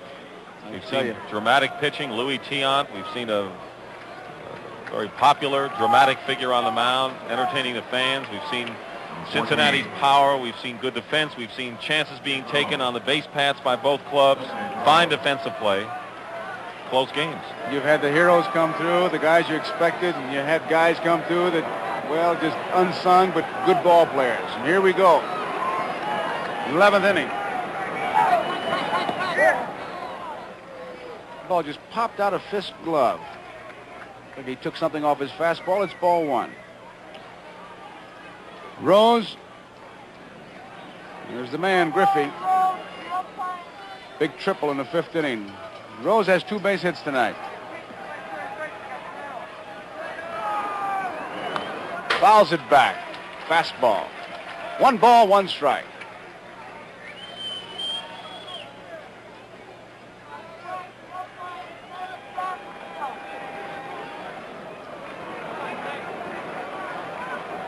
Rose, bearing down, foul out of play. He was going to the opposite field. 1 ball and 2 strikes. Well, we know that Gullett would be the pitcher for Game 7, should there be a Game 7, as is for Cincinnati, and Lee would be the pitcher for the Red Sox. Both clubs would be ready. And the way this one's going, maybe with only 30 minutes rest. Did it hit him? It hit him. It hit him. And Fisk is going to argue. And here comes Darrell Johnson. Fisk is arguing, but Satch Davidson called it right now. Darrell Johnson wants to know. Well, the 2 big disputes we've had centered around home plate area.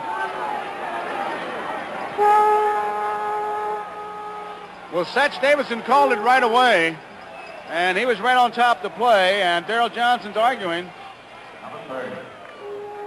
whatever he is saying to Johnson, Johnson seems to be buying. Carlton Fisk is not buying it. All right, we're going to take another look at this. Let's see if it hits a uniform shirt or something. Yeah,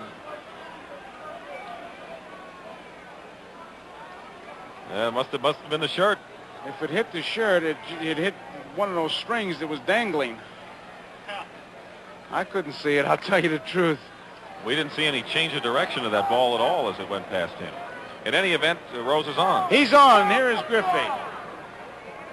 Oh, almost a balk as Yastrzemski broke in to protect against the bunt, and luckily Drago completed his throw to first base, or it would have been called a balk. Yastrzemski at first base looking for the bunt. Outside. Good fastball. Taking a good look now at third base coach Alex Grammas. Griffey. There's Grammas. Griffey tripled in the fifth. He singled in the seventh. We're all tied 6-6. Nobody out. Pete Rose on at first.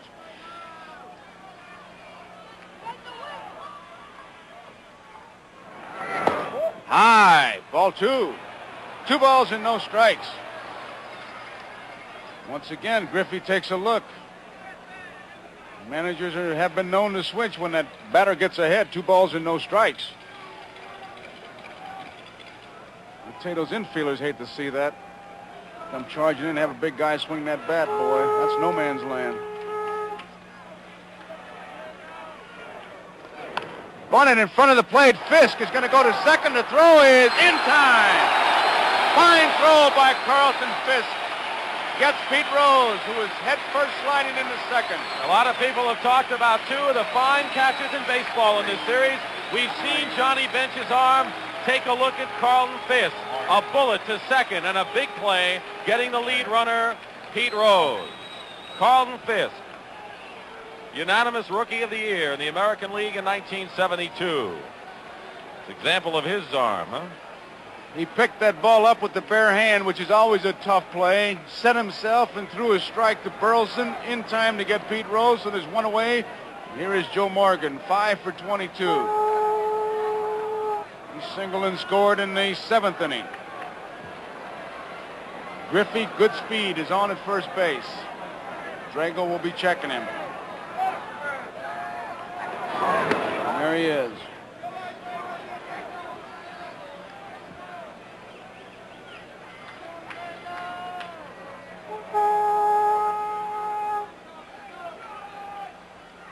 Another throw.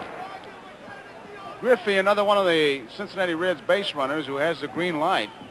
He can go at any time he thinks he has to jump. Morgan waiting, 1 out. Tied, 6-6, 11th inning.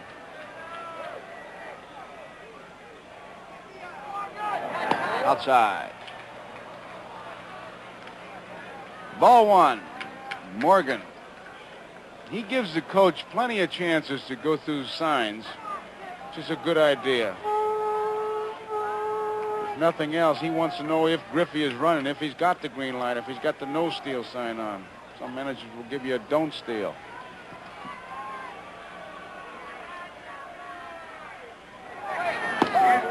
Strike is called on the outside corner. A good fastball by Drago. You heard that pop up here. Tell you, he throws hard. He throws hard. And he challenges you. And that's what you need from that relief pitcher. Saw it as he came out of the Cincinnati bullpen.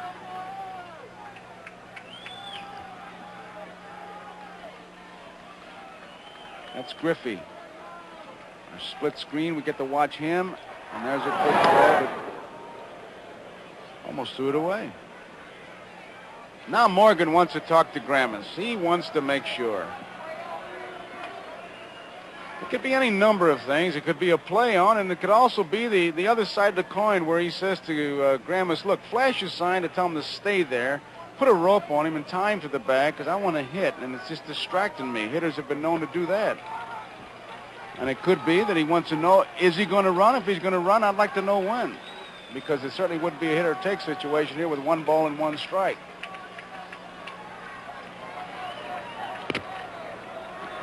Morgan, the kind of a guy you could do a lot of things with.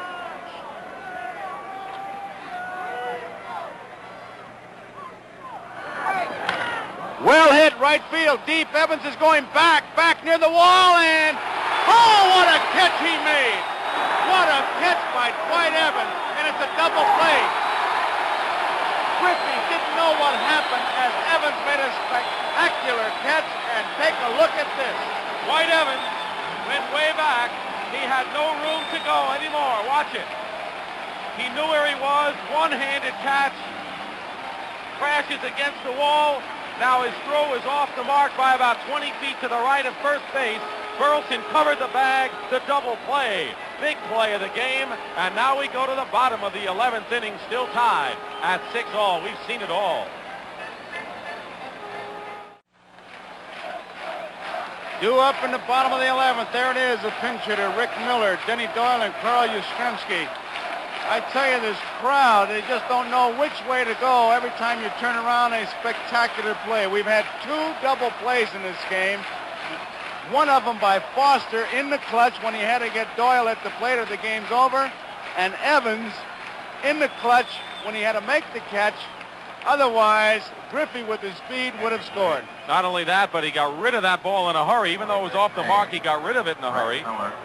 What I think he was thinking, Dick, was I'll get it back to the infield and let them worry about it because I don't know where Griffey is. Griffey had already rounded second base, and it ended up with Burleson covering. Here we go. Rick Miller is the pinch hitter. And it's ball 1. Here is the catch by Evans. He went back. He had some more room. He made the leap and the one-handed grab, and then his momentum crashed him into the fence. Now look how fast he wheels and throws. 2 balls and no strikes. I think the reaction of the fans and the Cincinnati player in the bullpen said it all. The fan jumped straight up, and the Cincinnati player just kind of, It's been that kind of a game. Rick Miller batting for Drago. We're in the 11th. Tied, 6 apiece. Darcy. This one is out of play.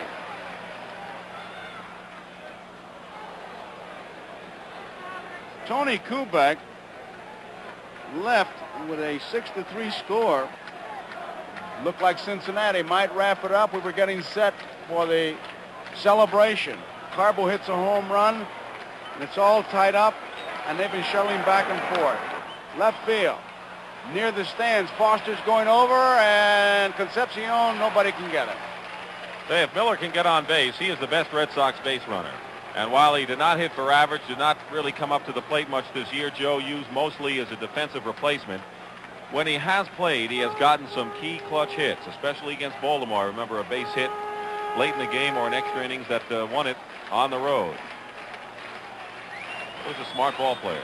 Well, I know everybody talks about his defensive ability. He's up there now with a count of 2 balls and 2 strikes. We're in the 11th, all tied.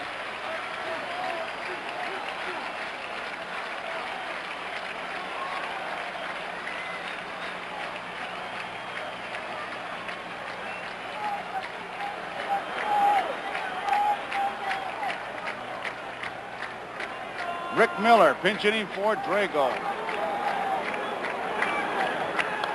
Foul back. Red Sox bullpen obviously busy. Rick Miller pinch hits. That's wise.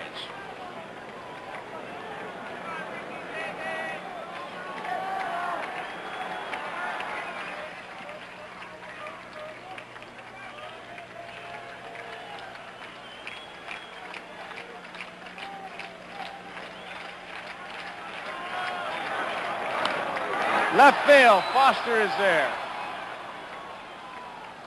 Miller flies to Foster, 1 out. Played him perfectly over toward the line. Miller, a spray hitter, can go to all fields, and Foster, of course, knew it.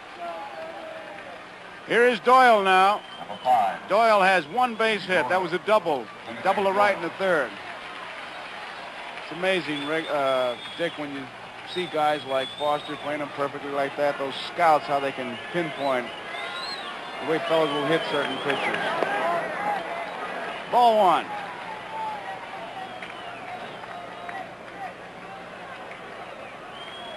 What a World Series this has been.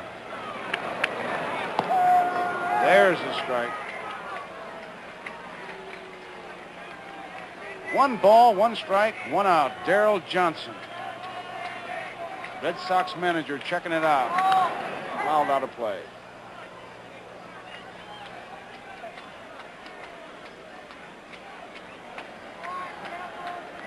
Both ball clubs making that play when they had to. Yastrzemski, the on-deck batter.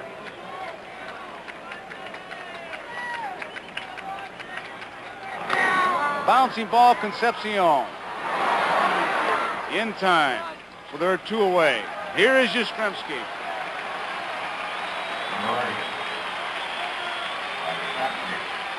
Yes, single and scored in the first. He popped the second, single to left in the 5th, and he singled to right in the 9th. Got 3 base hits. He's 3 for 5.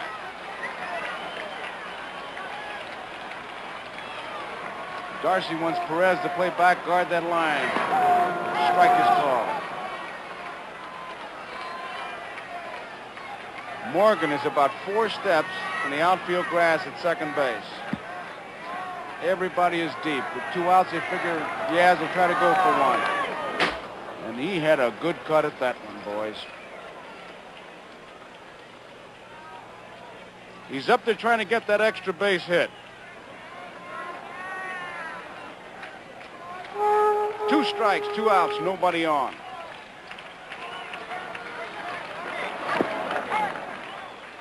One ball, 2 strikes.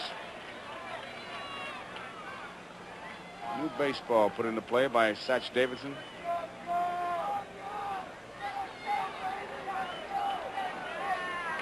This crowd has been up and down and up and down. They're going to be drained.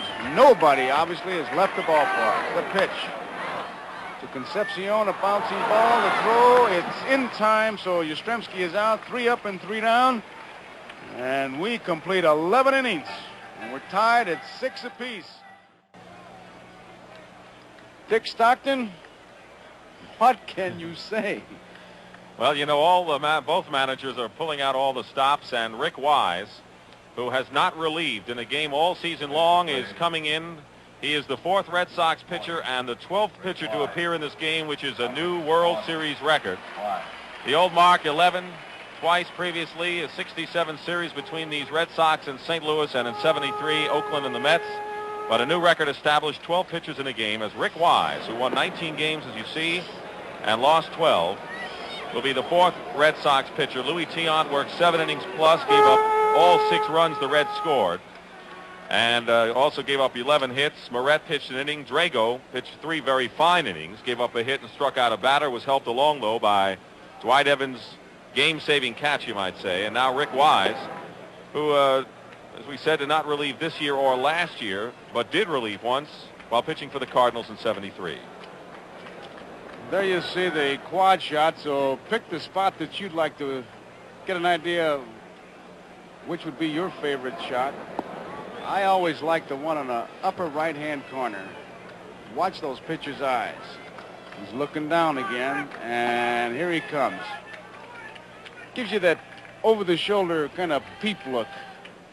Very deliberate pitcher. Likes to take his time. You'll see him step out of the mound and wipe his brow from time to time. He has not been that good at holding runners on. Concentrates a lot, but mostly on the batter. So Rick Wise, who relies on a good moving fastball and can hit the spot with those fastball, is in there now, and he's going to face some tough hitters. Johnny Bench, Tony Perez, and George Foster.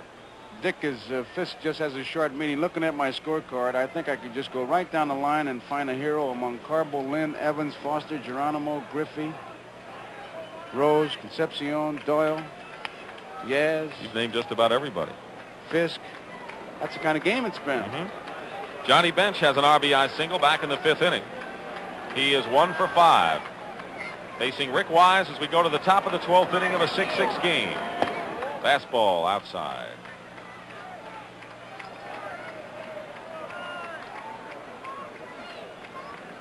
They play Bench as a pull hitter. Popped up to the right side.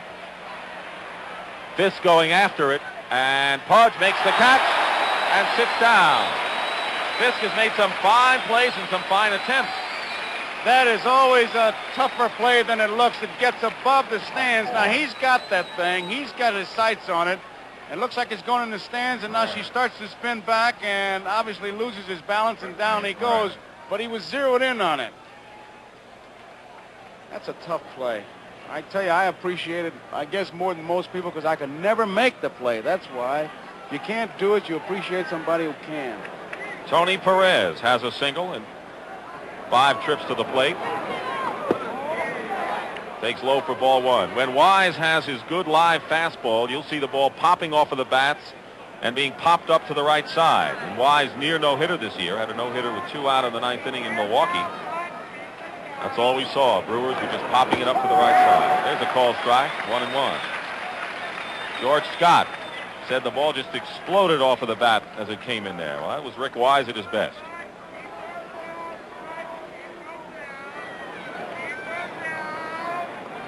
1-1 pitch. Perez cuts and misses.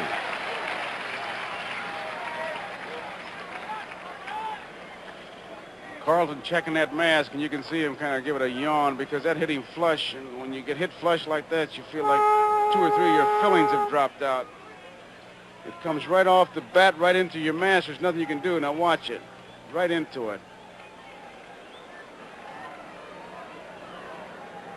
Doesn't give you a headache, but it gives you the feeling like you had your head inside a bell and somebody hit it with a hammer.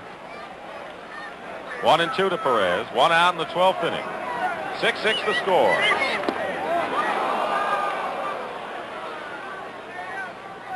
Two balls, 2 strikes.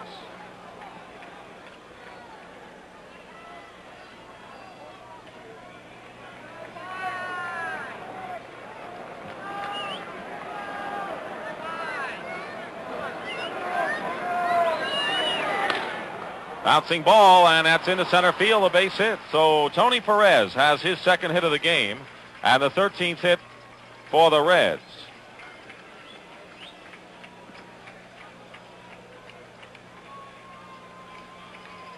They will bring up George Foster, who doubled home a pair of runs in the 7th inning to break a 3-3 tie. Geronimo homered in the 8th to make it 6-3, but then Bernie Carbo blasted a 3-run pinch homer into the center field bleachers in the 8th inning.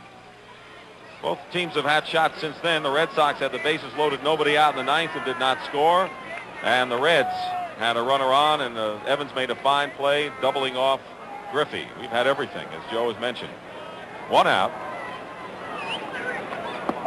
There's a strike on the corner. I was watching the monitor strictly when he was pitching to Perez, and he hit that outside corner, and Tony hit a good pitch, and he comes right back with a good fastball on the outside part of the plate to Foster. That's the ground ball pitch, and that's what he's looking for.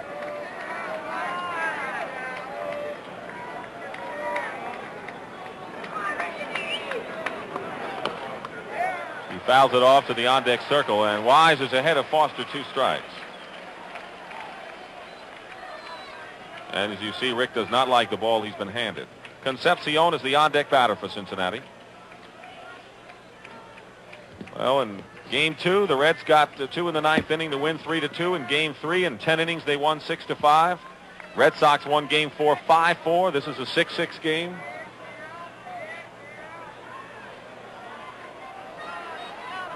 Only 2 games have been out of hand. Game 1 when Tion won, and Game 5 when the Reds behind Gullett controlled it. That just missed. 1-2. It's been a great lesson watching these pitchers that when they do get ahead of the hitter, they do make the pitch work for them, and when they miss away from the power. That ball was outside. There was nothing Foster could do. If he'd have missed inside, he might have stuck one up on the screen. This sets up inside, and there's a ball hit out to left field. It's a base hit. Fisk was setting up inside. I was off the Fisk. Carbo, as you mentioned before, is playing a deep left field here at Fenway Park. And Foster has his 2nd hit. Reds, with 1 out, have runners at 1st and 2nd. Those last 2 base hits, great examples of a fellow making the pitch he wants to make and a good hitter hitting it. It was not the hitting of a mistake. The ball that Perez hit was low outside. He hit it up the middle. That ball jammed Foster. He was still strong enough to hit it to left field. In fact, sometimes it kind of bugs me whenever you listen to a ball game. Every time a pitcher throws a ball and the guy hits it for a home run, they say it was a high curveball. It was a mistake. Those were good pitches that were hit by good hitters. Here's Concepcion, has a single. This is his 6th time up and a stolen base as well. Runners at first and second, 1 out. We're in the top of the 12th inning. 6-6 the score. The Red Sox and the Reds. Game 6 of the World Series. On the corner, Wise has been getting ahead of the batters. Perez at second. Foster, the runner, at first. Watch Perez check the infielders. Now Burleson shades a bit towards second. Yells something to Doyle. A lot of things going on there between pitches. That was high. 1-1. 35,205 here at Fenway Park. Reds had their largest crowd in their history in game number 5 at Riverfront Stadium last Thursday on a fine evening for baseball. 1-1 the count to Concepcion.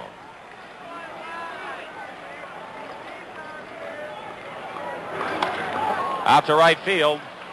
Evans going back. He makes the catch. The runners went halfway and they go back to their respective bases. 2 down. Perez to second.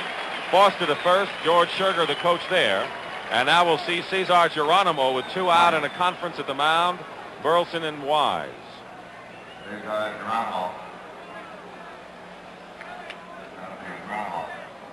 Geronimo has 2 hits tonight, a single in the 6th inning, and a home run just inside the foul pole in the right field line in the 8th, and Darrell Johnson out to the mound quickly. No one is warming up in the Red Sox bullpen, just wants to talk to Wise. That's it exactly, Dick. He just wants to make sure that everybody is together as to how they're going to try to pitch to Wise. No trick pitches here because everything is riding with the tie-breaking run at second base. Johnson just wants to make sure that Wise and Fisk and everybody we're all together. Darrell Johnson and Sparky Anderson, the respective managers, matching wits in game 6, and we have seen 12 pitchers in this game. 1, 2, 3, 4, 5, 6 pinch hitters. Here's Geronimo.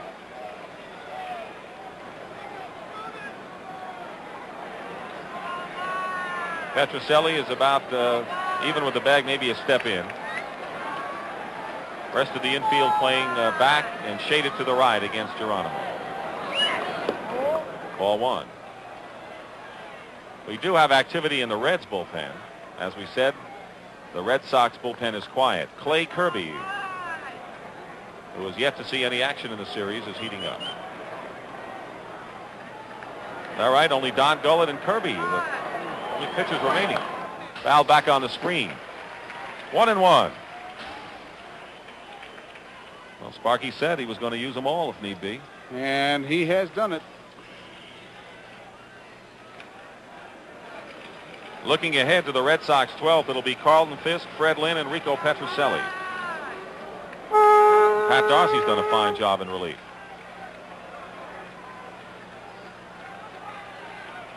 One ball, 1 strike, 2 out. Perez at second, Foster at first. Top of the 12th. Close, no good. 2-1. Crowd thought he had it. Well, here's that thing we were talking about before, Dick, that Wise is going to make him hit the pitch he wants him to hit. He's not going to give in to him because you got a pitcher coming up.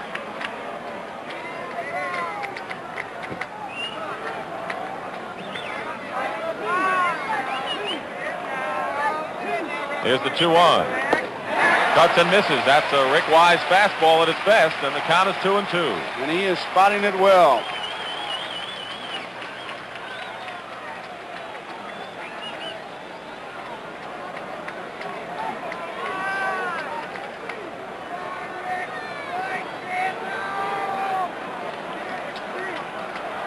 Aren't many players left on the Cincinnati squad to use. Doug Flynn is one. Rettenmund. Plummer. In there. Called strike 3. Right down the pipe. And Wise strikes out Geronimo. There were 2 hits. The Reds lead 2. We go to the bottom of the 12th of a 6-6 game.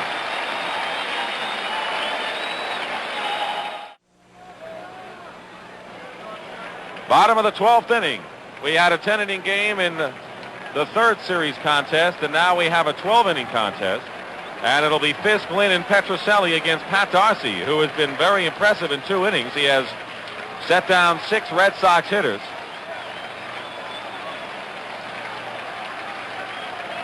Only Clay Kirby and Don Gullett have yet to be used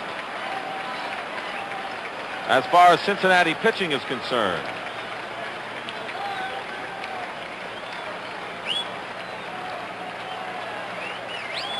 Six runs, 14 hits, no errors for Cincinnati. 6 runs, 9 hits, 1 error for Boston.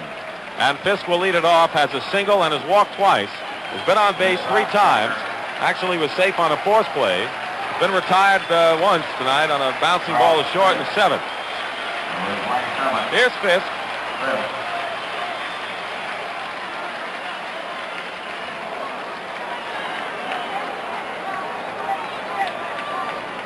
And the wind blowing out. We've had 3 homers tonight, all to right field or center field. Carbo's was to dead center. The other 2 to right.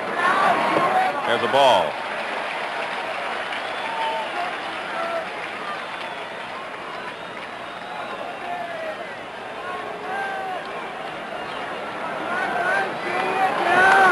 There it goes, a long drive. If it stays fair, home run.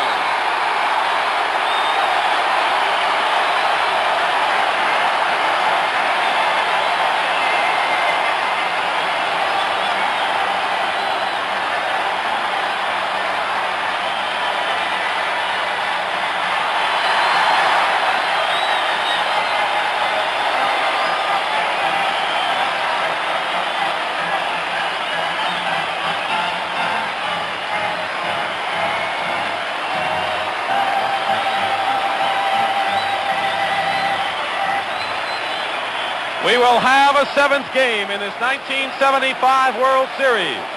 Carlton Fisk becomes the first player in the series to hit one over the wall into the net. Red Sox win it 7-6 in 12 innings. And Carlton Fisk had a lot of little boy in him right there, Joe. He took one step, knew it was going to be close, he knew it was gone, and it was dancing in the streets all the way around. Johnny Pesky greets him at first base, and he is dancing as he gets his second base. It came very close to hitting that foul pole. We'll see how close. There it is. Pick it up as it comes, and there it is. It did hit it, and Foster did come up with the ball, so there will be a 7th game here tomorrow night. What a World Series, Joe Garagiola, have we seen here between these 2 clubs. It's fitting that we have a 7th game, you know. It had to go to the 7th game, Dick, because they've battled and battled. And now tomorrow night, it'll be Gullett, Bill Lee, this crowd refusing to leave. Amazing. So their ball club battled back. They've been up and down, clutch plays, clutch catches. And they are just dancing in the streets here as Carlton Fisk brings a 7th game. A lot of body English for Carlton Fisk. Watch it. How many steps does he take? 1. He waits to see it. Get over. Get over. He knew it. There it is. I tell you, one of the more dramatic home runs in World Series history. And there is Tom Yawkey to the left. Haywood Sullivan. And there are the fans, and the picture says it all. Well, you won't see many more exciting World Series than the 1975 Classic.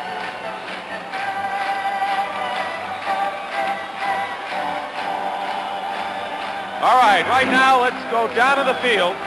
Tony Kubek. Let's go to Tony Kubek. All right, well, we've talked a lot. I'm sure you guys have. I'm getting prepared and trying to get Carlton Fisk about the dramatic home run he just set. This has got to be one of the most dramatic ball games in World Series history, with a great catch by Evans to keep Morgan's ball from almost going into the right field seats. And let's not forget Bernie Carbo and the great home run. Without that, the Red Sox would not have been in this ball game when Fisk hit the big home run. Fisk is being mobbed up the runway. He is not able to get through down here, Joe or Dick. And I'll just throw it right back up to you now and hope that we can get him if we do have time. Okay, Tony, we can appreciate your problem there, because as he hit the home run, the fans just poured onto the field. And you saw Fisk not only being congratulated by Johnny Pesky, but by the fans as he rounded third base.